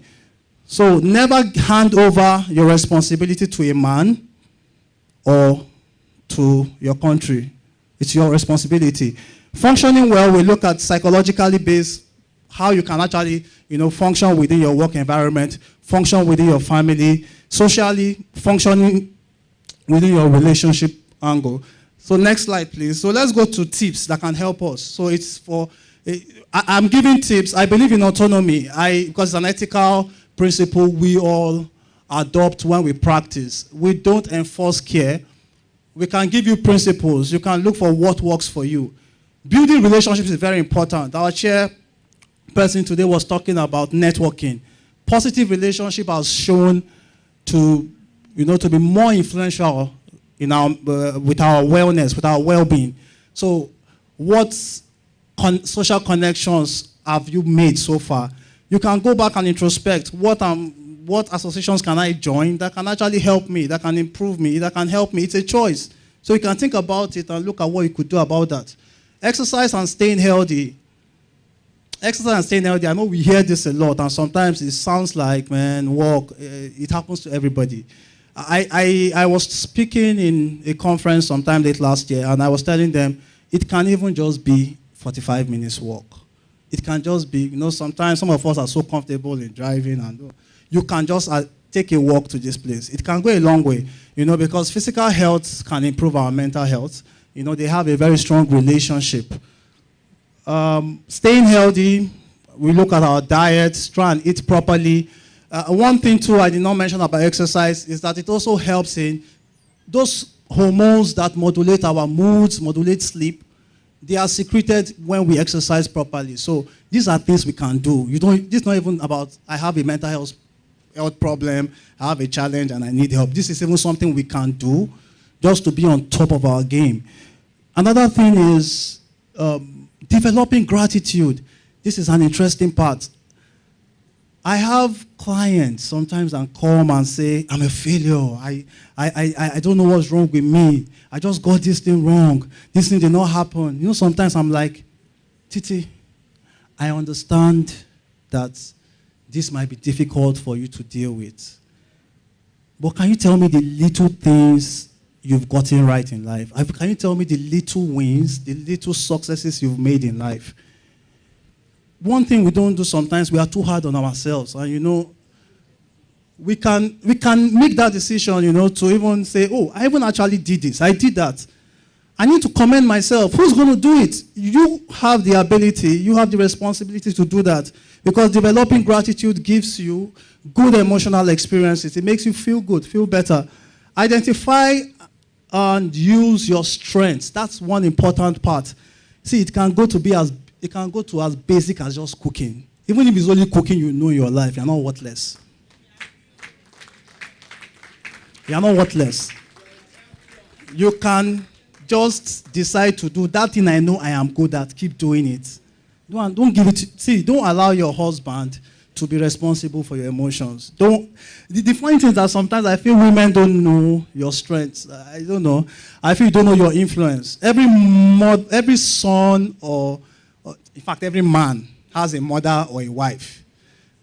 Sometimes, even amongst guys, the only thing they keep thinking about is impressing women, doing this for this woman. Women are powerful. And I think you people need to get it. Like, you are powerful. You need to focus. You need to see yourself in that image, because image goes a long way in showing how we carry ourselves, how we go about. You are worth more than what any man thinks you are. The next thing is contributing to the society. I always tell people, just extending one hand to the next person can go a long way in giving you good feelings.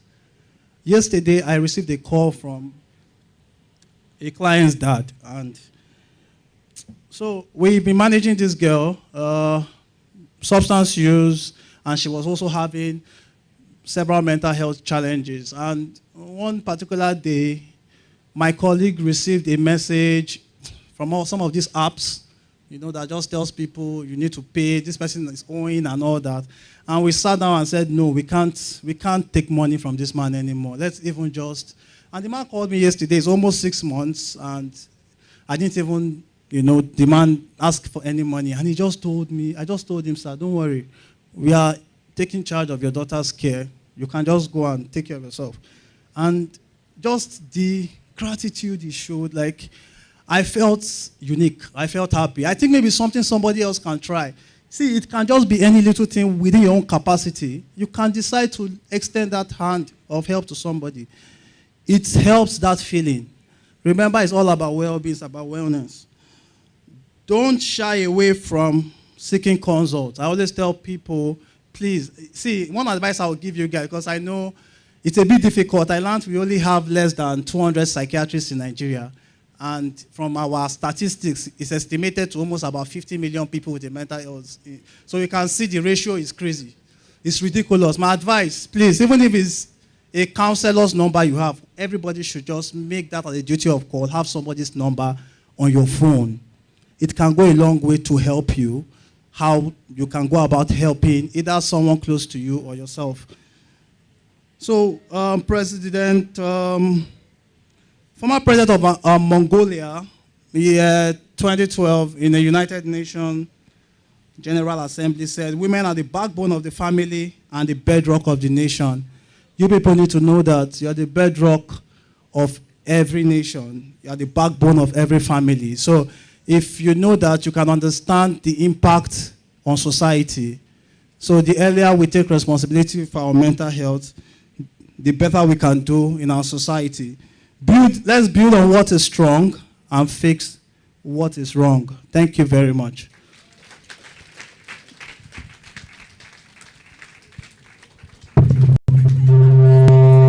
Amazing Day contains the power of 4 for strong bones, sharp eyes, and a healthy belly. Golden Penny. Hey, welcome to the Willie family. It's gonna be an amazing day today because we are having the new Golden Penny Amazing Day Instant Cereal. It comes in a beautiful pack. Yes, it contains dietary fiber for a healthy belly and protein for a healthy body like mine. And here she comes, my twin.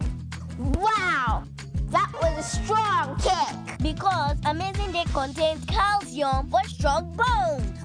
Wow. Give it up for amazing Pablo Picasso. Because Amazing Day contains vitamin A for sharp eyes. Kids, breakfast is ready. Come on, Dad. Yes. You guys are amazing. Every child is amazing at something. Feed their amazing. And I have only one question. Did he understand the assignment? Absolutely. Thank you so much, Dr. Honest, for that beautiful presentation. I know there will be time for questions, but considering that I'm the moderator of this event, I will put myself first.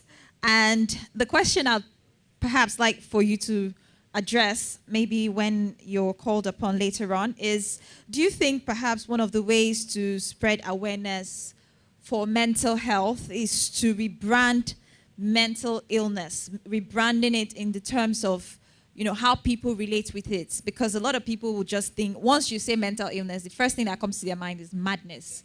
So maybe we have a lot of work to do in that area. Okay, well, that was a very, very interesting session. And we were taking through the statistics, definitions, and of course, tips on how to manage our mental health.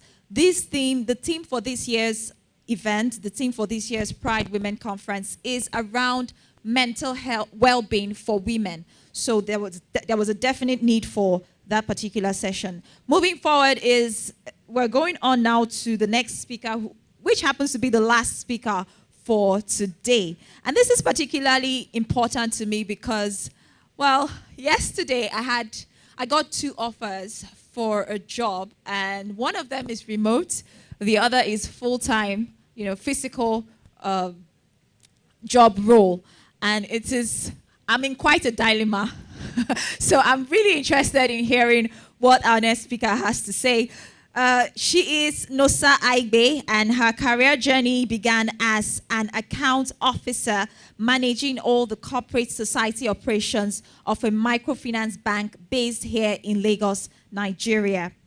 Now, she understands the struggles of being a present wife and mother. She champions helping women get remote jobs through skill and knowledge acquisition in her Remote Job Academy program.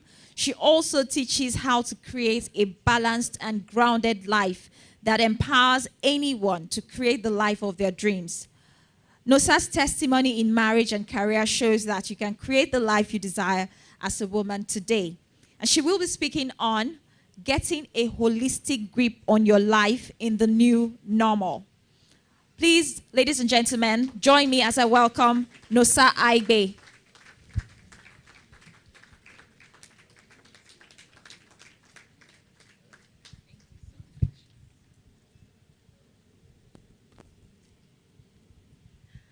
Good afternoon, everyone. I am so delighted to be here. And our amazing speakers have been amazing. Like, literally, I saw my life play in their speech. And Ifeoma, thank you for your story, because I also have a story to share. So let's start. Story.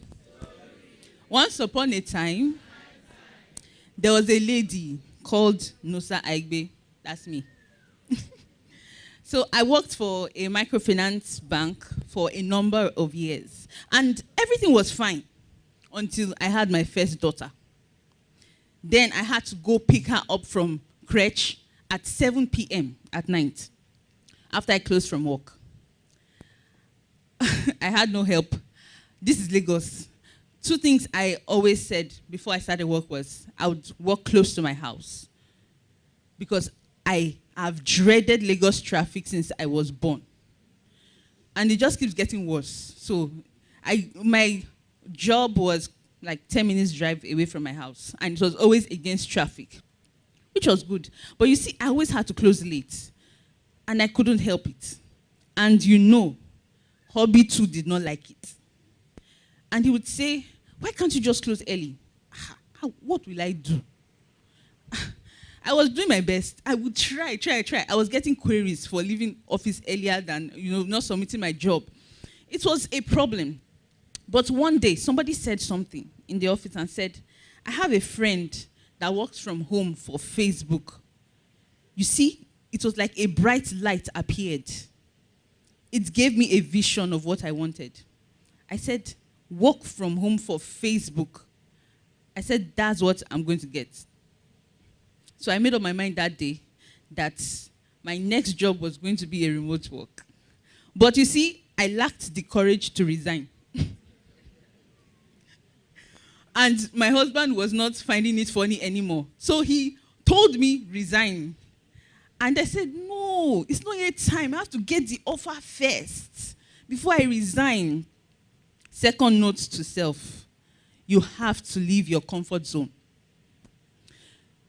It turns out that, this is actually funny, my husband submitted my resignation letter on my behalf.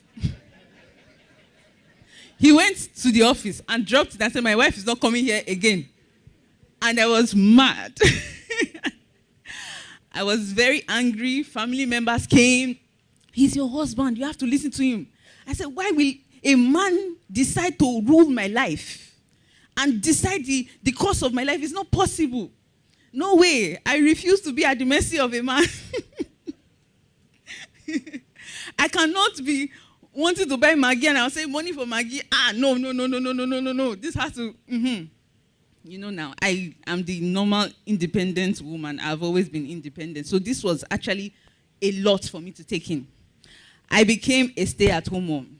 Now, I've always wanted to be there for my kids, especially now with nannies and I didn't want any episode. Let me be seeing it on social media. Let it not come to my house.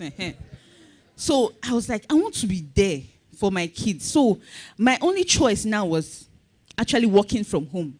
Then I started venturing into different online businesses. And funny enough, it was not working. But something, I kept going. I never realized that all the skills I was learning while trying to create an online business, creating websites, online stores, learning copywriting, digital marketing, everything, I never knew it was adding up to my skill and experience. I was upskilling myself unknowingly. So here was I beating up myself saying, I couldn't even run an online business. It's not working. Like I felt like a total failure. And my husband too was struggling with his own. Like, money was really tight. I wasn't bringing money anymore. His business was actually also struggling. And you know men, when they don't have money, So you now start hearing statements like, you are just at home, you are just sitting and doing nothing. Ha! And I'm like, Oga, are you not the one that said I should resign? So my marriage took a huge toll. Like, it was so bad. It was so bad, it became very abusive. It was ugly. It was so ugly that I even had to leave at a point. Yeah. I had to leave my marriage at a point because even I was feeling unsafe. My husband was dealing with issues. It was ugly. And many family members will always advise you, don't go back there. That man, don't go there. But one thing I've always learned was always listen to what the Holy Spirit is telling you. Because God knows best. And I've always anchored my life to that. That, okay, I will listen to what God has to say. But you see, during that period where I was going through that, oh my God, I think I would call that depression because I've always been a lively person. But one day, I was passing by my room and I passed by the mirror. And I had to come back because I did not recognize who I saw. I was like, who is this? I didn't know how to smile. I had lost myself. I didn't even know who I was. I was like, I was looking at myself, but I didn't know who I was looking at. I had lost my identity. See, people, if you see a stay-at-home mom, give her a hug. Because you might think that they are doing nothing. They are going through a lot. A lot. Because you are living your life for your children, for your husband. You have dreams, but you can't even reach it. It's like everything is in your way. And you feel like you have to fulfill these people's dreams first before yours.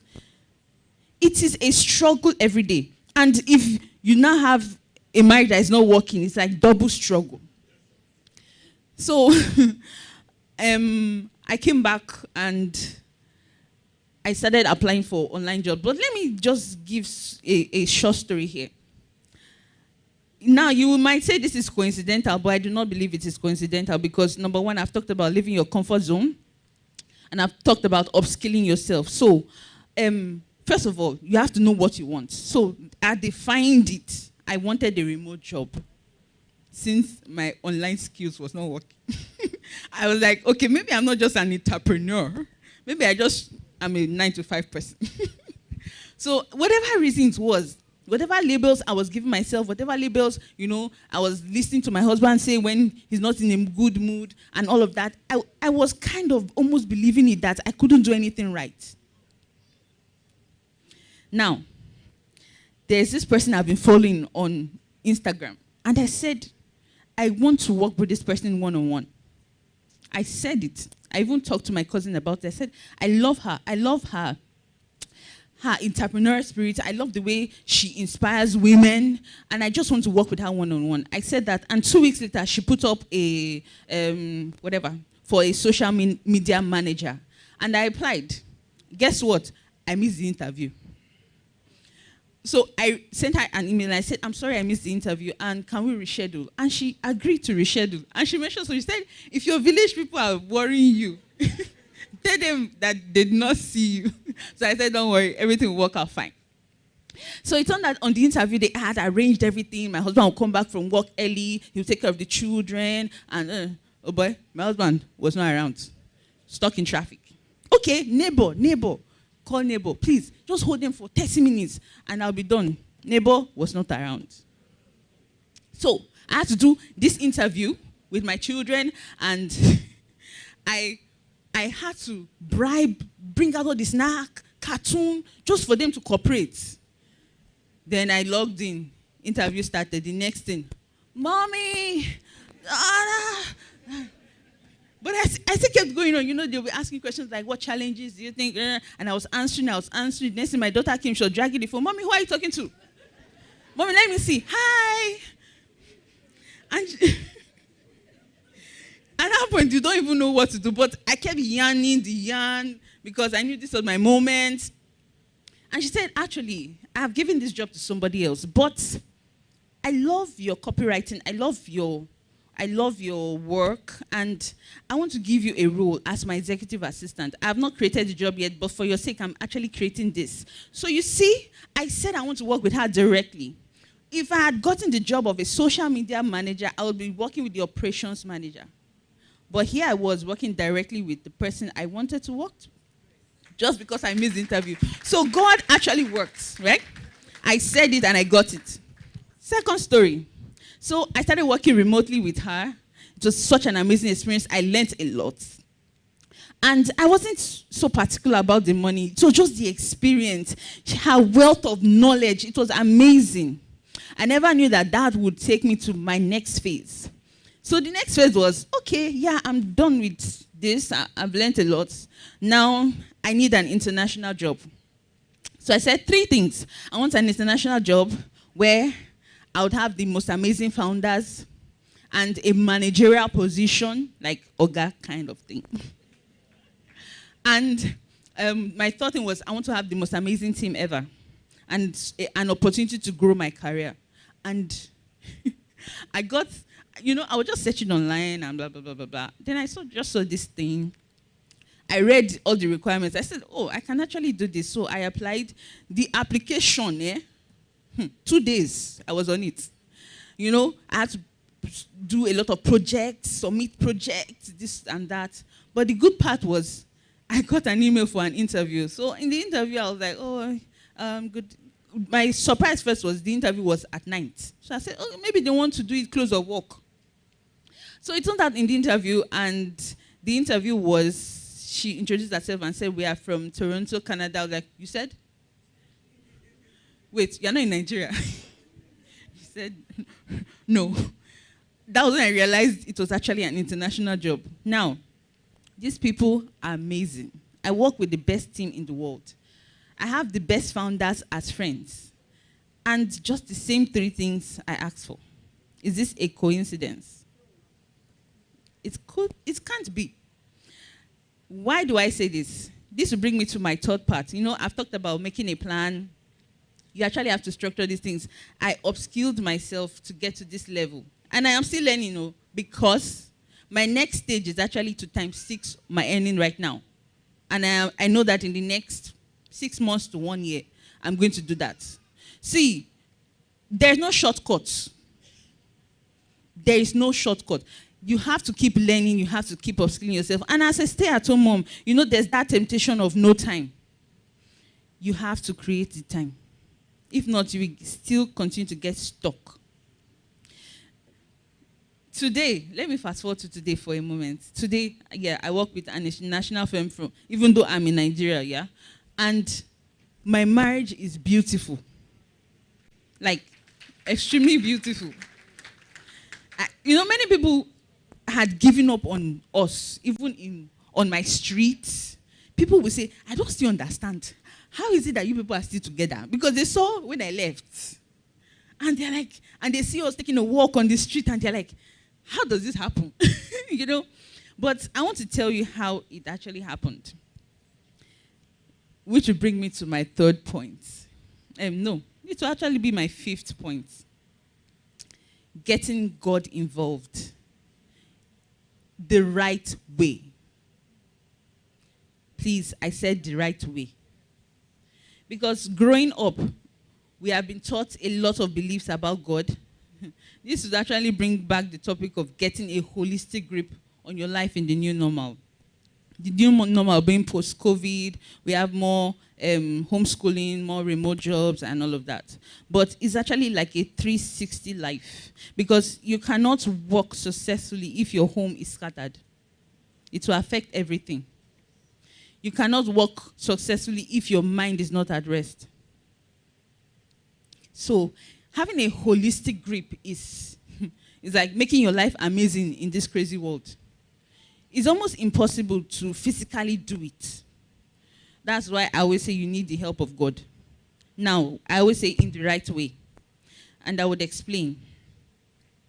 It took me a long time to realize that I had a wrong belief about God. I used to believe that I had to work hard to please him and earn his favor or help. But I was wrong.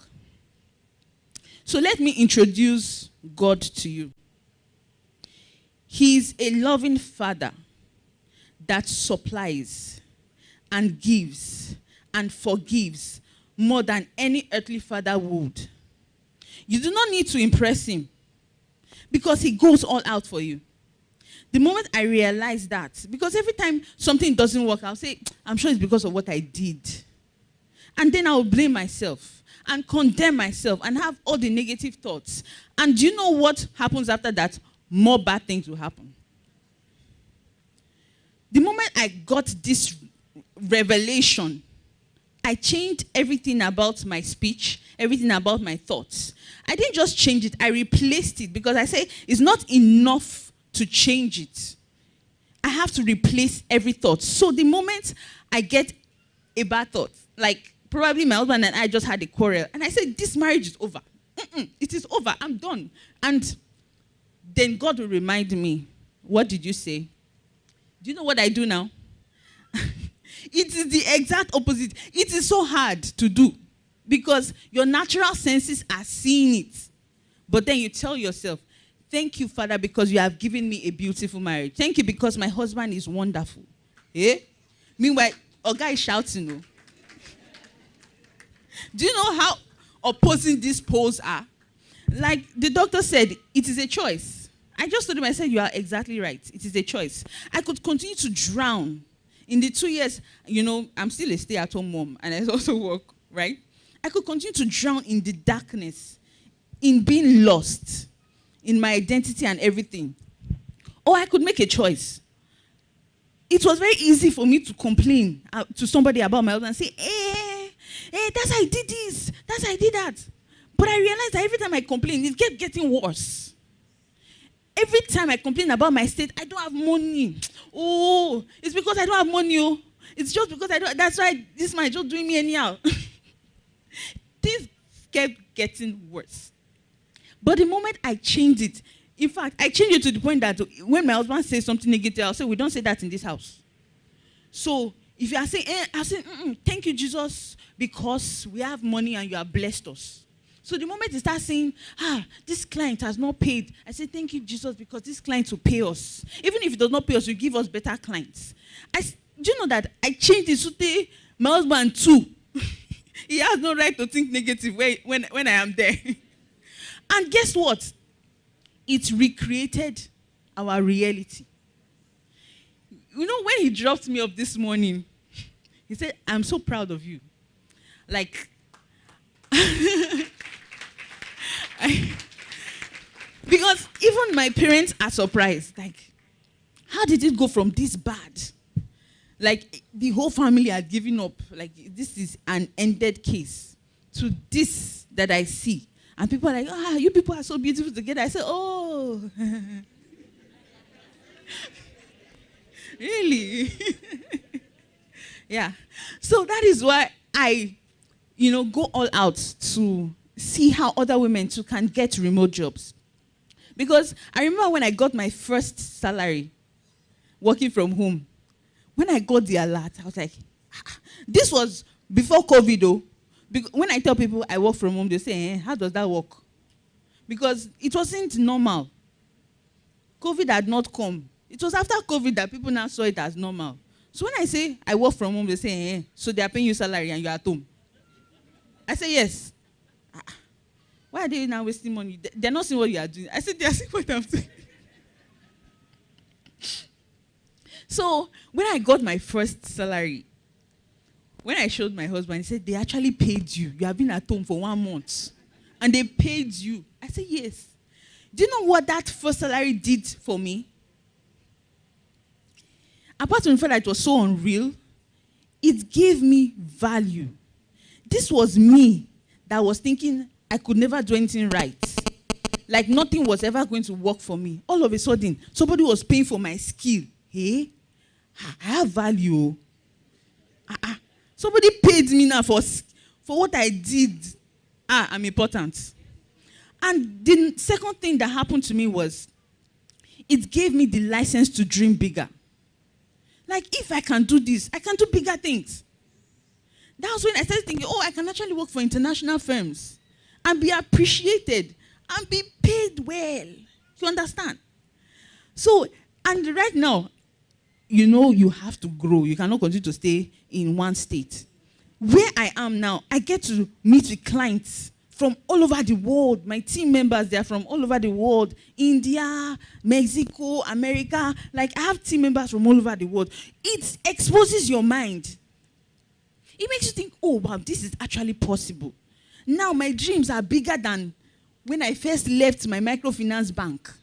Like, my mates in the bank come to me and say, no, sir, show us the way now. How bad? Now you go to chop dollars.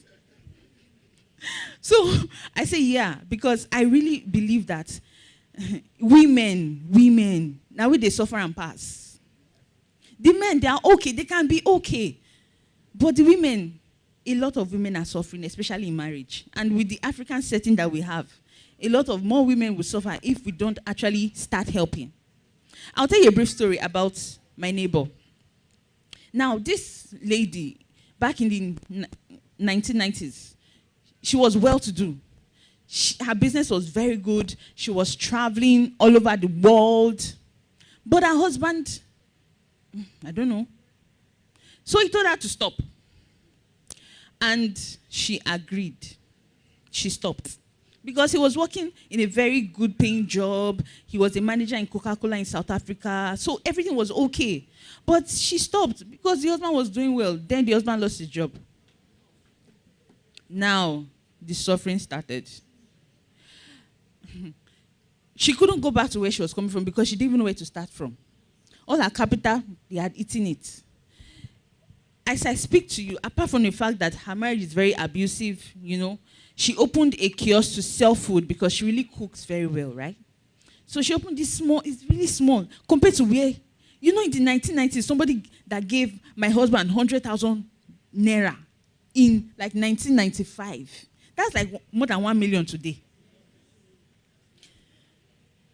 And she said, it's not alone. No worry, don't worry. Just put it in your business. It's okay. Imagine that kind of person opening a small kiosk to sell food. It broke my heart. And I thought it had even ended there. The husband would still come and say, is it this one that you are now doing now? Please, give me food in the house. You know, all those kind of things. And still tell her that she will not amount to anything, that this whole business she's doing like this now, it's not going to amount to anything. But this woman is doing her best. She's trying to put the family together. A lot of women are suffering like this. Today, I tell you, this woman is riding keke. Shall we continue like this? But the only way, first, we have to change the mindset. You can be in an abusive marriage, but then don't let it eat you up. Because the moment you drown in it, it's like you have lost hope. I refused to drown because every day my narrative was bad. But every day I would remind myself. It was like I would I say, even if I'm not hearing this in my head, I'll start saying it out loud so that I can hear it very well, so that I will remember who I am. Because it first starts here. I have to build the vision, build it. Every day I would see myself working from home and being paid, even though I wasn't doing that yet. And when people ask me, I'll say, yes, I'm just learning skills, you know, upskilling myself, because very soon I would apply for remote jobs. And now I want to ask you, did I get it or not? Did my marriage get better or not? God loves you. And don't take, I'm not preaching religion here. And I'm not preaching what your pastor said or what your church said. Because if I had followed what I've been taught, I had to find it for myself. A relationship with a higher power that was beyond me. A relationship, because I knew that this life, I cannot just carry it on my own. It's too heavy. I needed help. So I had to give it to him. And say, okay, this is it. This is my life. Let us just do it. Let's just run it. But I had to believe that this God, He's out for me. So every day when I wake up, do you know what I do? I say, God, I thank you because you have gone ahead of me. To say, hey, how will I please, Nosa today. Which miracle will I do for Nosa today? That's my belief right now. And it is working for me. So I just believe when I wake up, oh yeah, God is working in me. God is working through me. So as many of you, if you need help getting remote jobs, actually help women, work out things. So you can get to my Instagram. I am Nosa Aigbe. There's a link there in my bio. You can sign up and I'll communicate with you. Let's see how we can work things out. I just want to help more women get out of the mess. Thank you so much.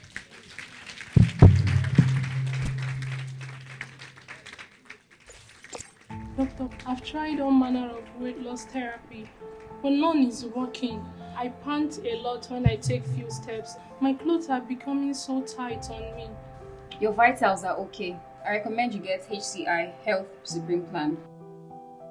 Yay! I'm finished! What's that, Chris? Isn't all this hospital bill? It's outrageous! You mean you don't have a health plan?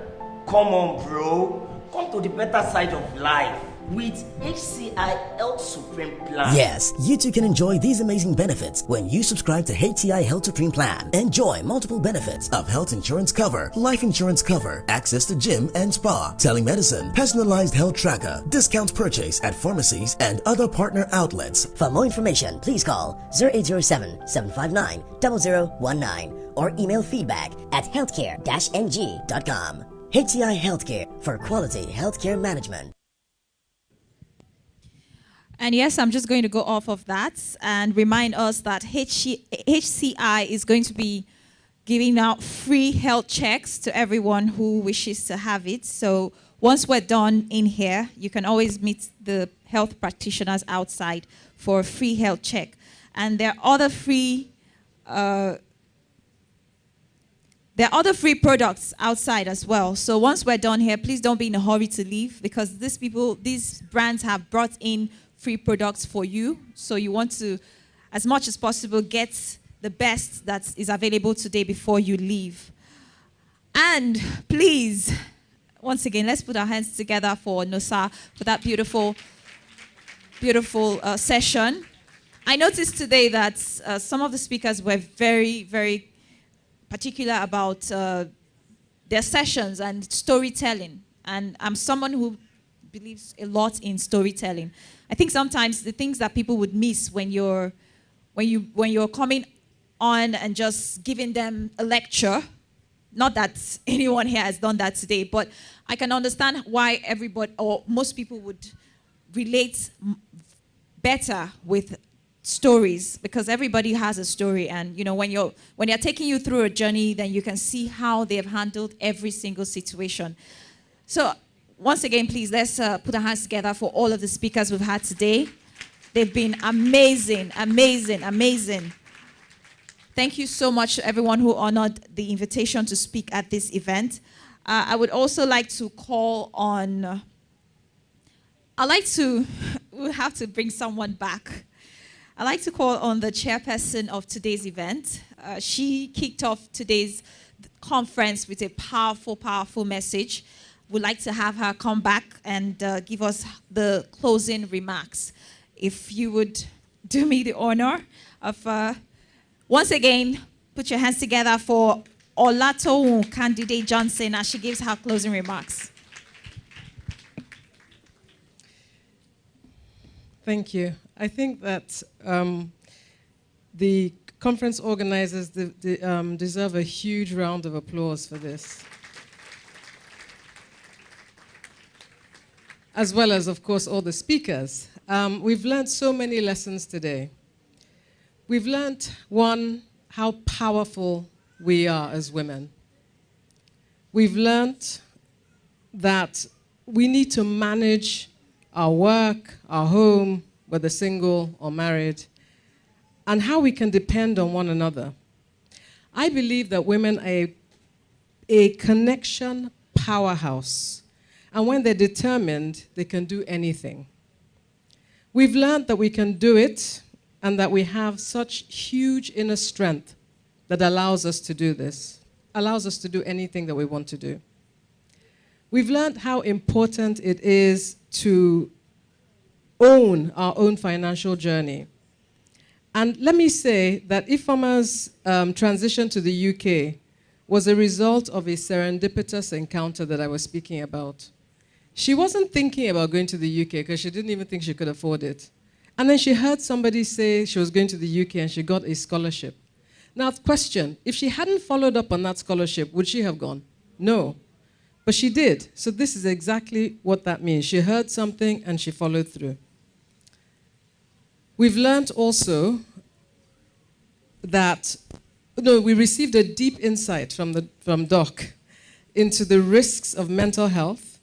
And thank you for all the coping mechanisms as well, because these are very, very important. And lastly, we've heard how to navigate life in the new normal. We've learned literally how to speak into being work that we want, but we have to be upskilled. And you're upskilling for something that you don't even know is coming. And we have to prepare for the unknown. We also have to prepare to take risks, to leave our comfort zone, and it helps if you have a supportive partner or supportive network. We've also learned, if nothing at all, during this conference, that we have to think big. And we have to think big. And as Americans say, go big or go home. Thank you very much. Thank you. Thank you very much to the chairperson of today's occasion. Now I'm going to throw it open to everyone in attendance today. Do you have any questions? Do you have suggestions? Do you have comments for the speakers and the organizers, perhaps? We also have some people joining us online. We'll also be taking questions and comments from our online viewers and audience. I see a hand up. I don't know if can someone help me with this mic?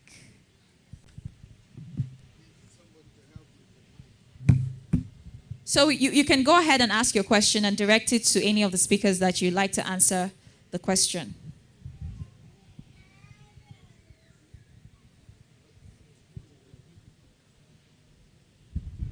So just keep your hands up so we can see how many people want to ask questions.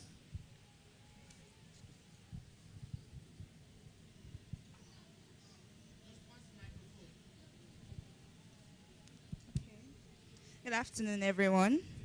Good afternoon. I want to say a very big thank you to our speakers. I've really gained a lot. Please, can you introduce yourself? Okay, my name is Divine Live Wall. Yes, I was here last year for the Pride Women Conference, and I'm here again. And I've really gained a lot this particular year. So I want to ask a question.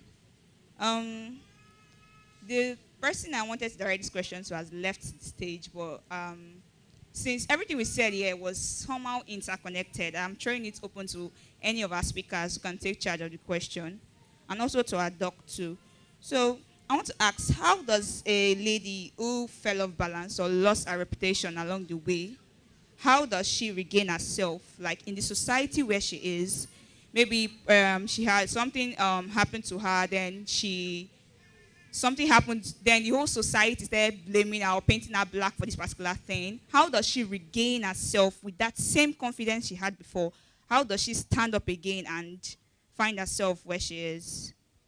Because this particular situation, question I'm asking about happened to one of my friends, affected her mental health. I don't know what to say to her to help her. I've told her to find a psychologist who can help her, but she seems to feel like the whole society watches her in anything she does. So how does she find her way back to how she is? How does she protect her mental health? Thank you.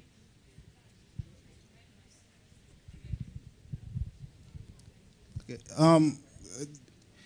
We can look at this situation from the angle of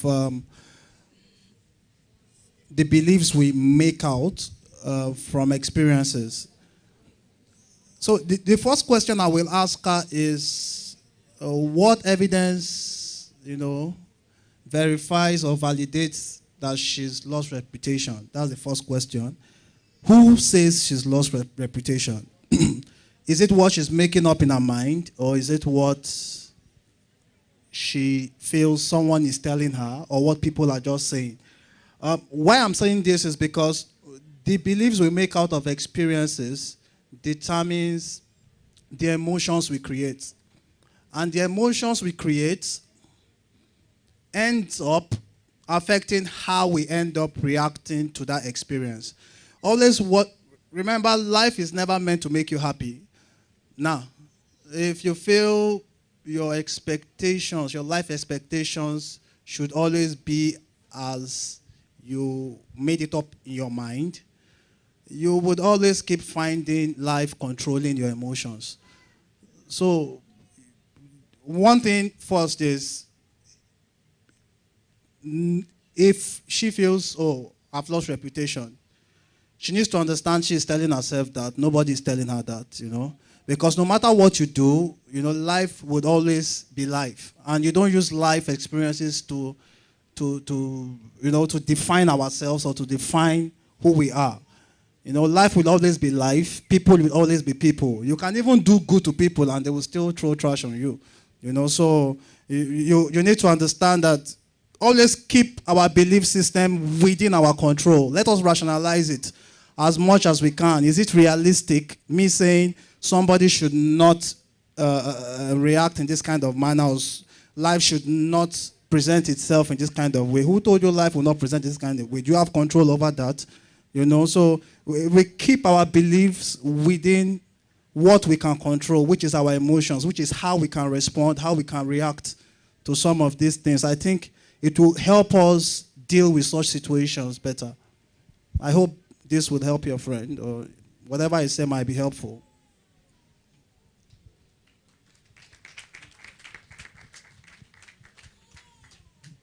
I don't know if any of our speakers, other speakers might want to add anything to this. Okay. All right, we can take the next question. Good afternoon, everyone. My name is Omobosede Akinlade. I've been attending Pride Conference since 2018, and I've learned a lot. Today we are talking about women depending on women to improve. But it's a pity we find some women hoarding maybe information or what they know, not wanting to release what they know, not wanting to help other women. Why is it difficult for some women, helping other women to grow? Like, she said, wanting to help other women, to learn maybe remote work and improve. Why is it difficult for some women to release what they know, to other women? That's my question. Sorry, ma'am. Is there anyone you would like to answer that question? Anybody. Okay. So I would like to answer that question. So there's this narrative about somebody owe you something. Nobody owes you anything. Men, too, don't help men. It's a competitive world there. If anybody sees an information and they feel like they don't want to help you, it's not a man or a woman thing. It's just a personal belief. Do you understand? So first of all, get that into your head. Nobody owes you anything. People can know where to get 10 billion naira and decide not to tell you. And you have to accept that you have two options. I mean, I have people in my network that know where to get the things I want. And they don't tell me. And I know that they know. What do? I keep playing the fool and keep standing there, hoping that one day they will crack. That's my strategy for some people.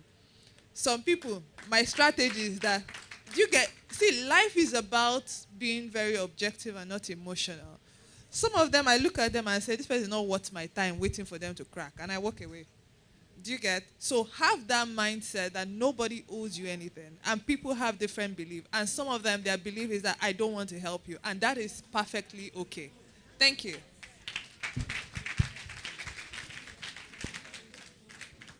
Well, that was an interesting one. Okay, we have someone. Where's the mic, please?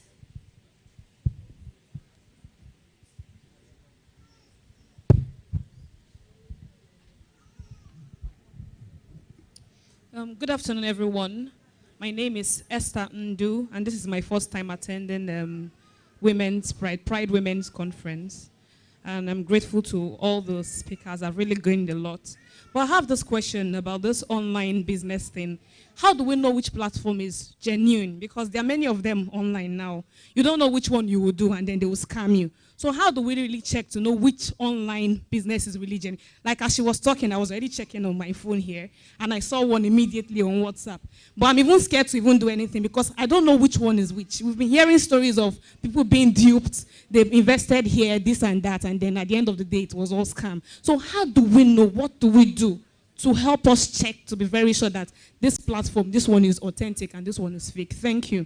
Thank you very much. I know exactly who to hand the mic over to. All right, thank you so much. When you say online platform, can you just explain?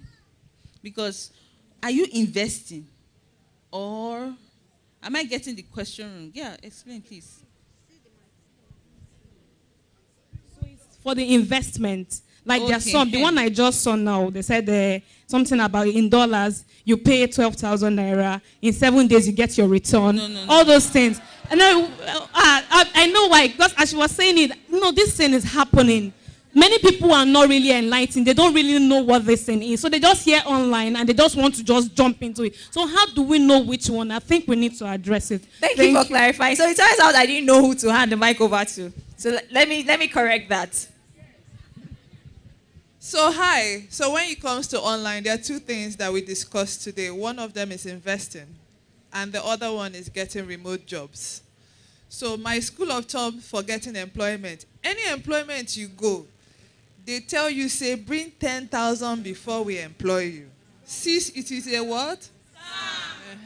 Thank you. So you know how to spot it, because this did not start now. Even offline, people say bring money to get employed. So anytime you are in that shoe when it comes to employment, you should know that you're treading on a possible scam. In terms of investment, I always say when it looks too good to be, my first rule of thumb, if nobody educated, literate, rich is doing it, look at it too well. Because rich people are the most greediest people. So if only you and like a set of friends that are not very financial literate are doing it, you need to check it. And you need to look at the returns. 12,000, take 1 million is a lie. It will box. Also look at their track record. So I know that there are so many fintech companies that are SEC regulated, blah, blah, blah, blah, blah. So look at them and say, do a level of due diligence on LinkedIn, on Facebook, on Instagram. Just check their board, blah, blah, blah. And after checking everything, the key rule of investment is diversify your risk. Last year, I lost money from different investment. Well, not that I lost money. Like, investment is a risk. So if you're diversifying your risk, I mean, this one is not even scam. I invested, you know how Tesla was going up? Stock for Tesla was going up. I said, let me do what? Virgin Atlantic, because the guy, Virgin, everybody knows Virgin now. He was trying to go to the moon. So instead of investing in Tesla, I did Virgin. And I don't know what happened. I think they did not approve their stock. So I lost like 50% of my money. So this is on the US stock market. So one thing that I learned throughout last year is that diversify your risk is very important. So if you have 100,000, try to share it into 10 places. There's one of them that is making you so much return. Don't be tempted to go and carry all the 100,000 and put there. Do you hear me? That is the first risk, the first rule of investing. So I hope I was helpful. Thank you very much. Thank you very much. We have a question from our online audience, and this is from Rose. She says, my question is directed to Dr. Anaba. For a woman faced with signs and challenges of menopause, depressed, and gradually tilting towards self-alienation, how does she get back and win? That's for the doctor. Okay, for menopause, as we mentioned earlier, it has to do with a lot of physiological changes that happen in the body. So there's a lot of hormonal fluctuations that that go on, that exist, And some of these hormonal fluctuations can present with having an individual experiencing anxiety, experiencing low moods. So, for a woman with menopause, one thing we've tried to identify here is sometimes we can look at, have we been able to develop some coping skills? Have we tried on our own part to see how we can manage this? If it's now getting to this point of self-alienation, please and please and please seek for consult, seek for help. It is treatable.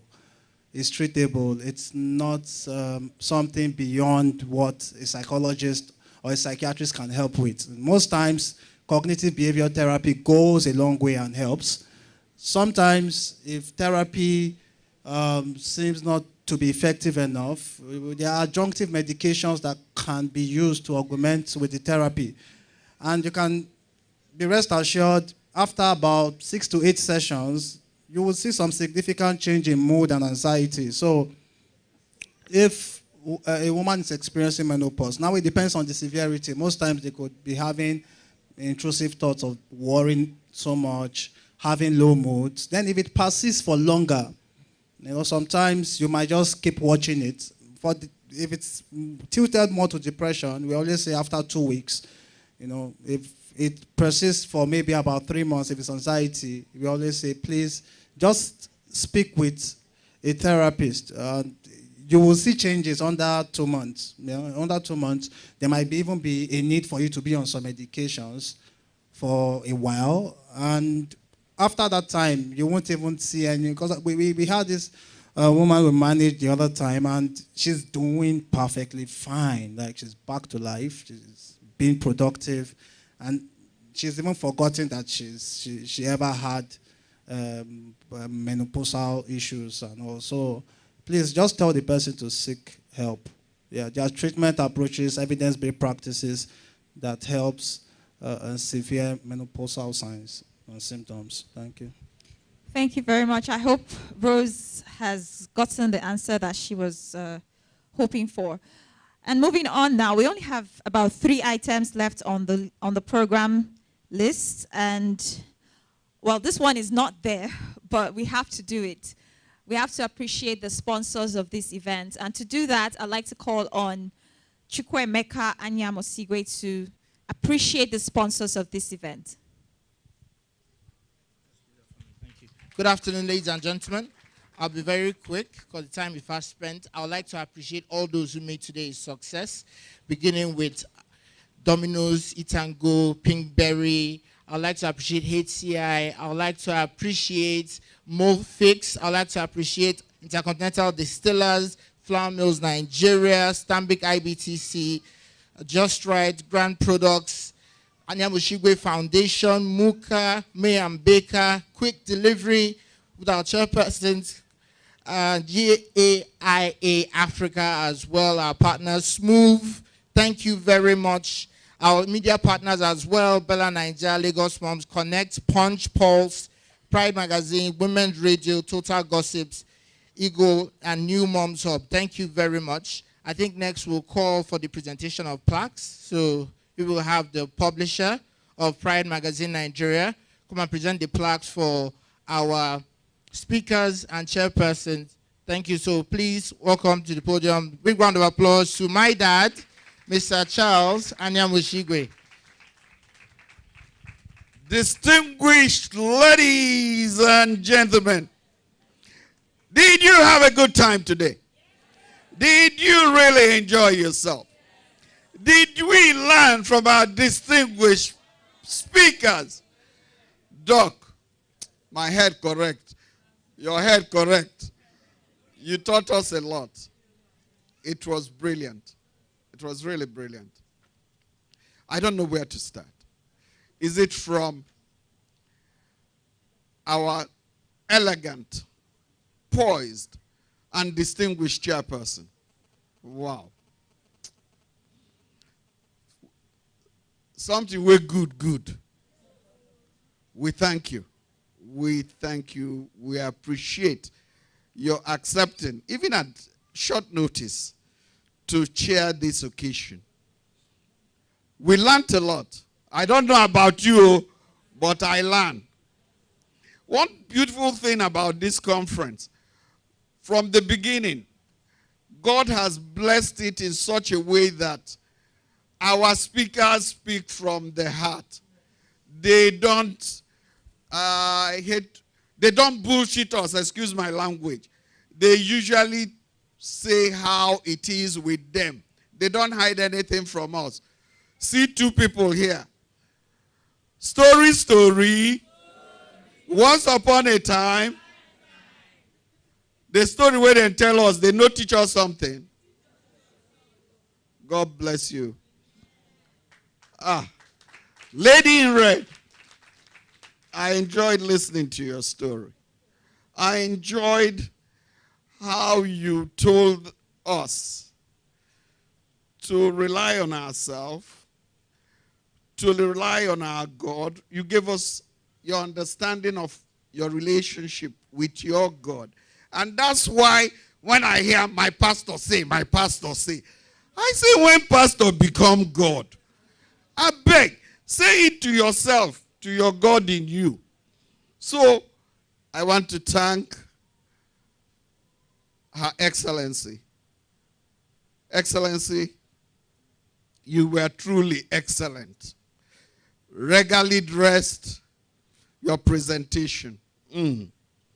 I like your advice to husbands and wife to lean on each other honestly and not to bobo each other. Thank you very much.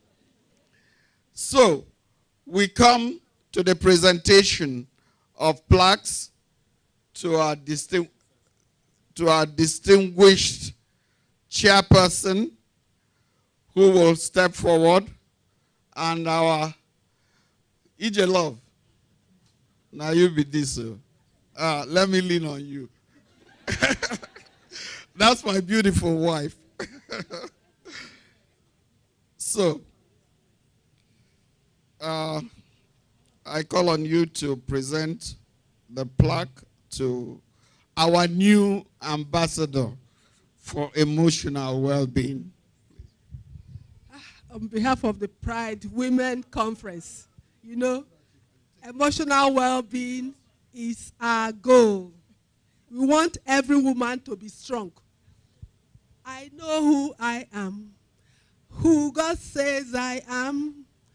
I know who I am. That is what I want women to know. Because with that, the sky is your limit if you know who you are. You can make money, you can be happy, you can be self-fulfilled.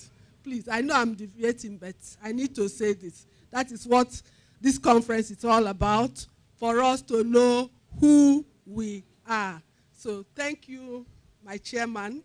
Thank you very much. You have really strengthened us emotionally today.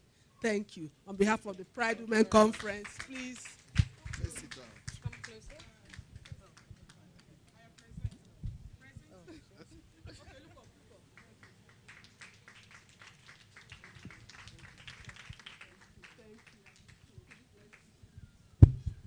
So, the next person,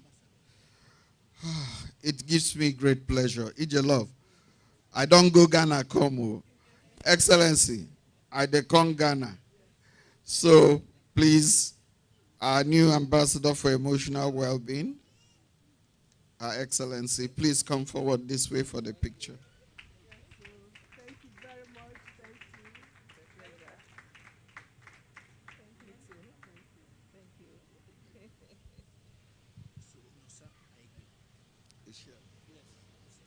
Aha. Lady in red. No sir, no sir.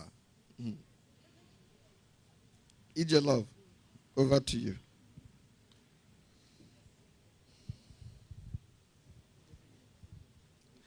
Thank you, Nosa. Thank you. Thank you. On behalf of the Pride Women Conference, please, thank you for coming. Thank you for also strengthening us. You have actually encouraged a lot of women here. So thank you. Thank you. Okay.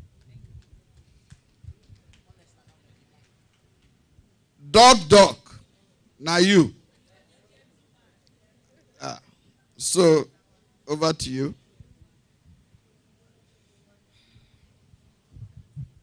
Dr. Honest. Thank you. You are blessed amongst us. Thank you. We made it a policy to always have a psychologist and a psychiatrist here. Because this mental health, as my moderator said, it's not madness. So we all need to have counseling as often as we can, as often as it's necessary. Thank you for coming. Thank you. Thank you. Thank you.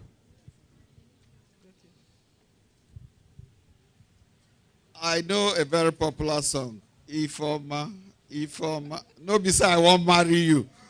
But, Ifoma gave us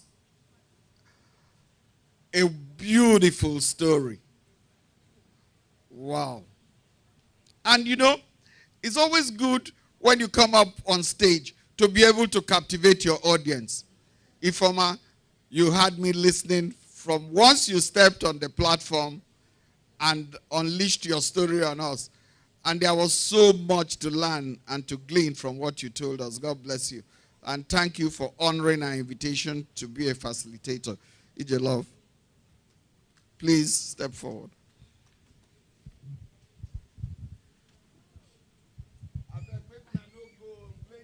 No, they are receiving their stuff.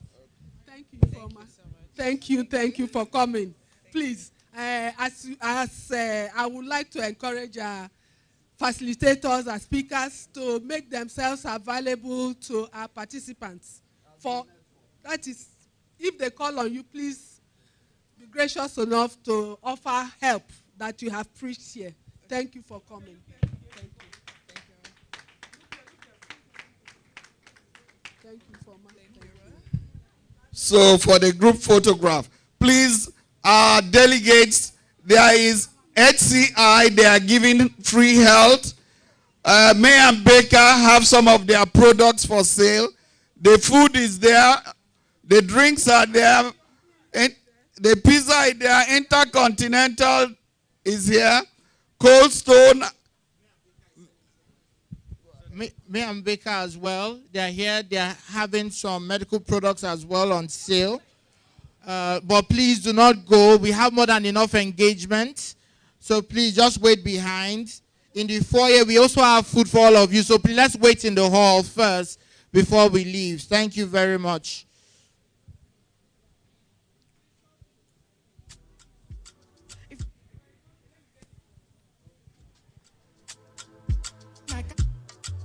Photographer, please make way. Let the photographer pass, please, please. Thank you.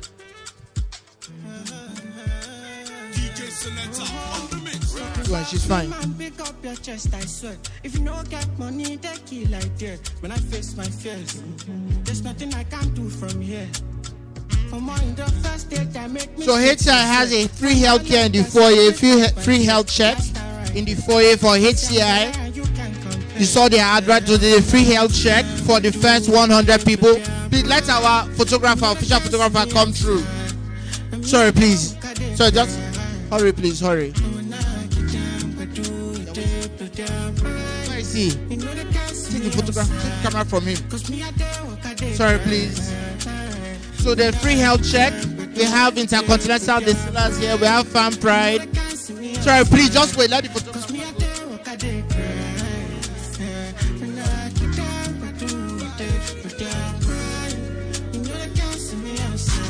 So in the foyer, so May and Baker beside Cold Stone, where you can get your ice cream desserts. We also have Domino's Pizza here. We have Valletta from Intercontinental Distillers. May and Baker products. That's on sale though. We also have Molfix diapers. Mothers, please make sure you meet the Molfix reps. Thank you once again to all our speakers. Please, they're also here for you to network with them before they leave. Thank you very much. No matter the item to be delivered, Quick It. Even if it's big or small? Just Quick It. Extra large? We've got trucks for that. Relax and Quick It. Delivery and pickup within the hour? Quick It. How about No matter the item, use Quick Delivery. We've got you covered 24/7. It's seamless and affordable delivery service at your fingertips and straight to your door. Download the Quick app today. Quick Delivery. Fast, secure, affordable. Quick It. How about No matter the item, use Quick Delivery. We've got you covered 24/7. It's seamless and affordable delivery service at your fingertips and straight to your door. Download the Quick app today. Quick Delivery. Fast, secure, affordable.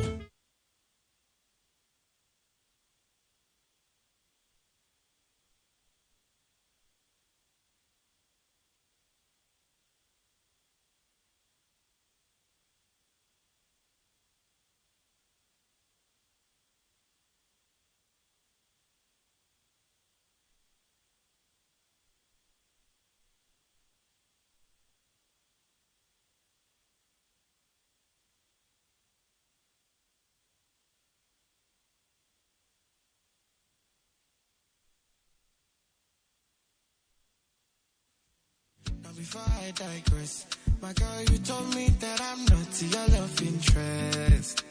See, my girl, the last time that I checked, see, nothing ain't changed yet, except that I got a big bag and a big flag. Don't me nobody tell me nonsense, my nigga. Streets is so cold, my nigga. Me nobody come try cry me a river. I'ma pull through like the strings on my guitar. Nonsense, my nigga. The streets is so cold, my nigga. When nobody come try to cry me a river.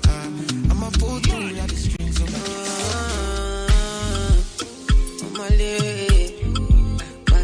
Ile boy now. I don't wanna live my life for you. Live my life for you. All over the news. All over the news. Only God and I know the kind of thing I do, the kind of thing we do.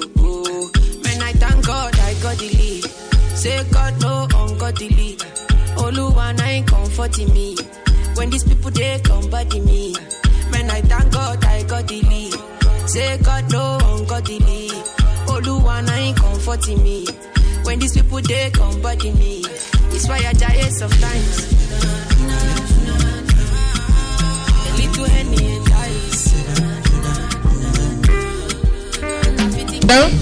So please, let's not forget the free health checks in the foyer from HCI. Also have me and Baker, Farm Pride, Domino's. All the refreshments are free, but the products are not. So the health products are not, but the health check is free. But the product from me and Baker, please do patronize them. Thank you very much. I'm not the one, calm down. You know I'm not your problem. You can't be me, why bother? Don't have your time now. Ole mumi bow down. To bambi no farabale. Oboya ko lari mole. Okay. I'm free my testimony. It gets something I never see. She said she like my melody. I said my darling, sorry, come and be my testimony. It gets something I never see. She said she like my melody. I'm telling that something. I should look out. If you leave me not fellow, if you leave me not Apollo. That's what it's go. You know I say no. You dey cool in my temperature. If you call I go come deliver. I no go fall in your hand never. So now me you could love telling her. Sure you know say when you carry 50 killing somebody. Nah, but it's cool when we're making love. On the low, on the low, on the low, on the low, on the low. I spill the down water. Vanessa, you done the car. Your fine car. Money don't finish, you remember. Shakara do endo. No let them shakara do endo. No let them see you finish. Then go finish your biscuit. Then go make we dey fire down. Kilo day, why you the door? I know they like to the blow.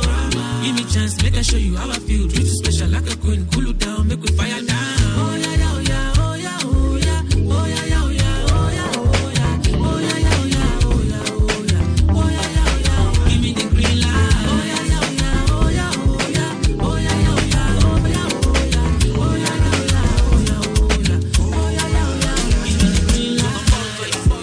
To tango, make we dey close like Olupana Bancroft. Baby, no hide. This is another story, make I tell you wetin happen for a bullet. Body's big party inside my bullet. I went there with my best friend Kule. Kule they there with his girlfriend Shile. Ghetto girls them they like Takasufi. So many pretty girls they inside my mule. I just they wonder say which can party everything yakba, everything there.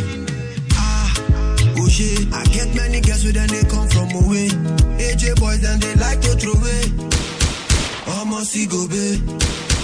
Almost go babe. DJ Selector. We just having fun. We won't carry on. Crazy girls like make this stallion. But my girlfriend they turn me on. That's why I hold on tight. Hold on, jaja. Hold on tight. Hold on, jaja. That's why I hold on tight. Hold on, jaja. Hold on tight. Hold on, jaja.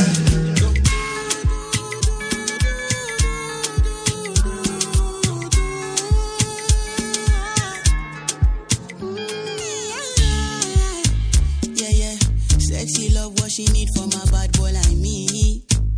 Yeah, yeah. Sexy kiss is the thing that she ain't for my lips. Yeah, yeah. My sex herself is the only air that she breathes. And when I look into her eyes, I know that she can never get enough of me. Your body high me like lean. When we do it, skin to skin.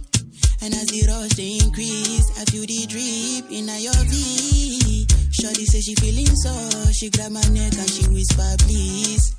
Shorty give me that splash from my chest to my knees.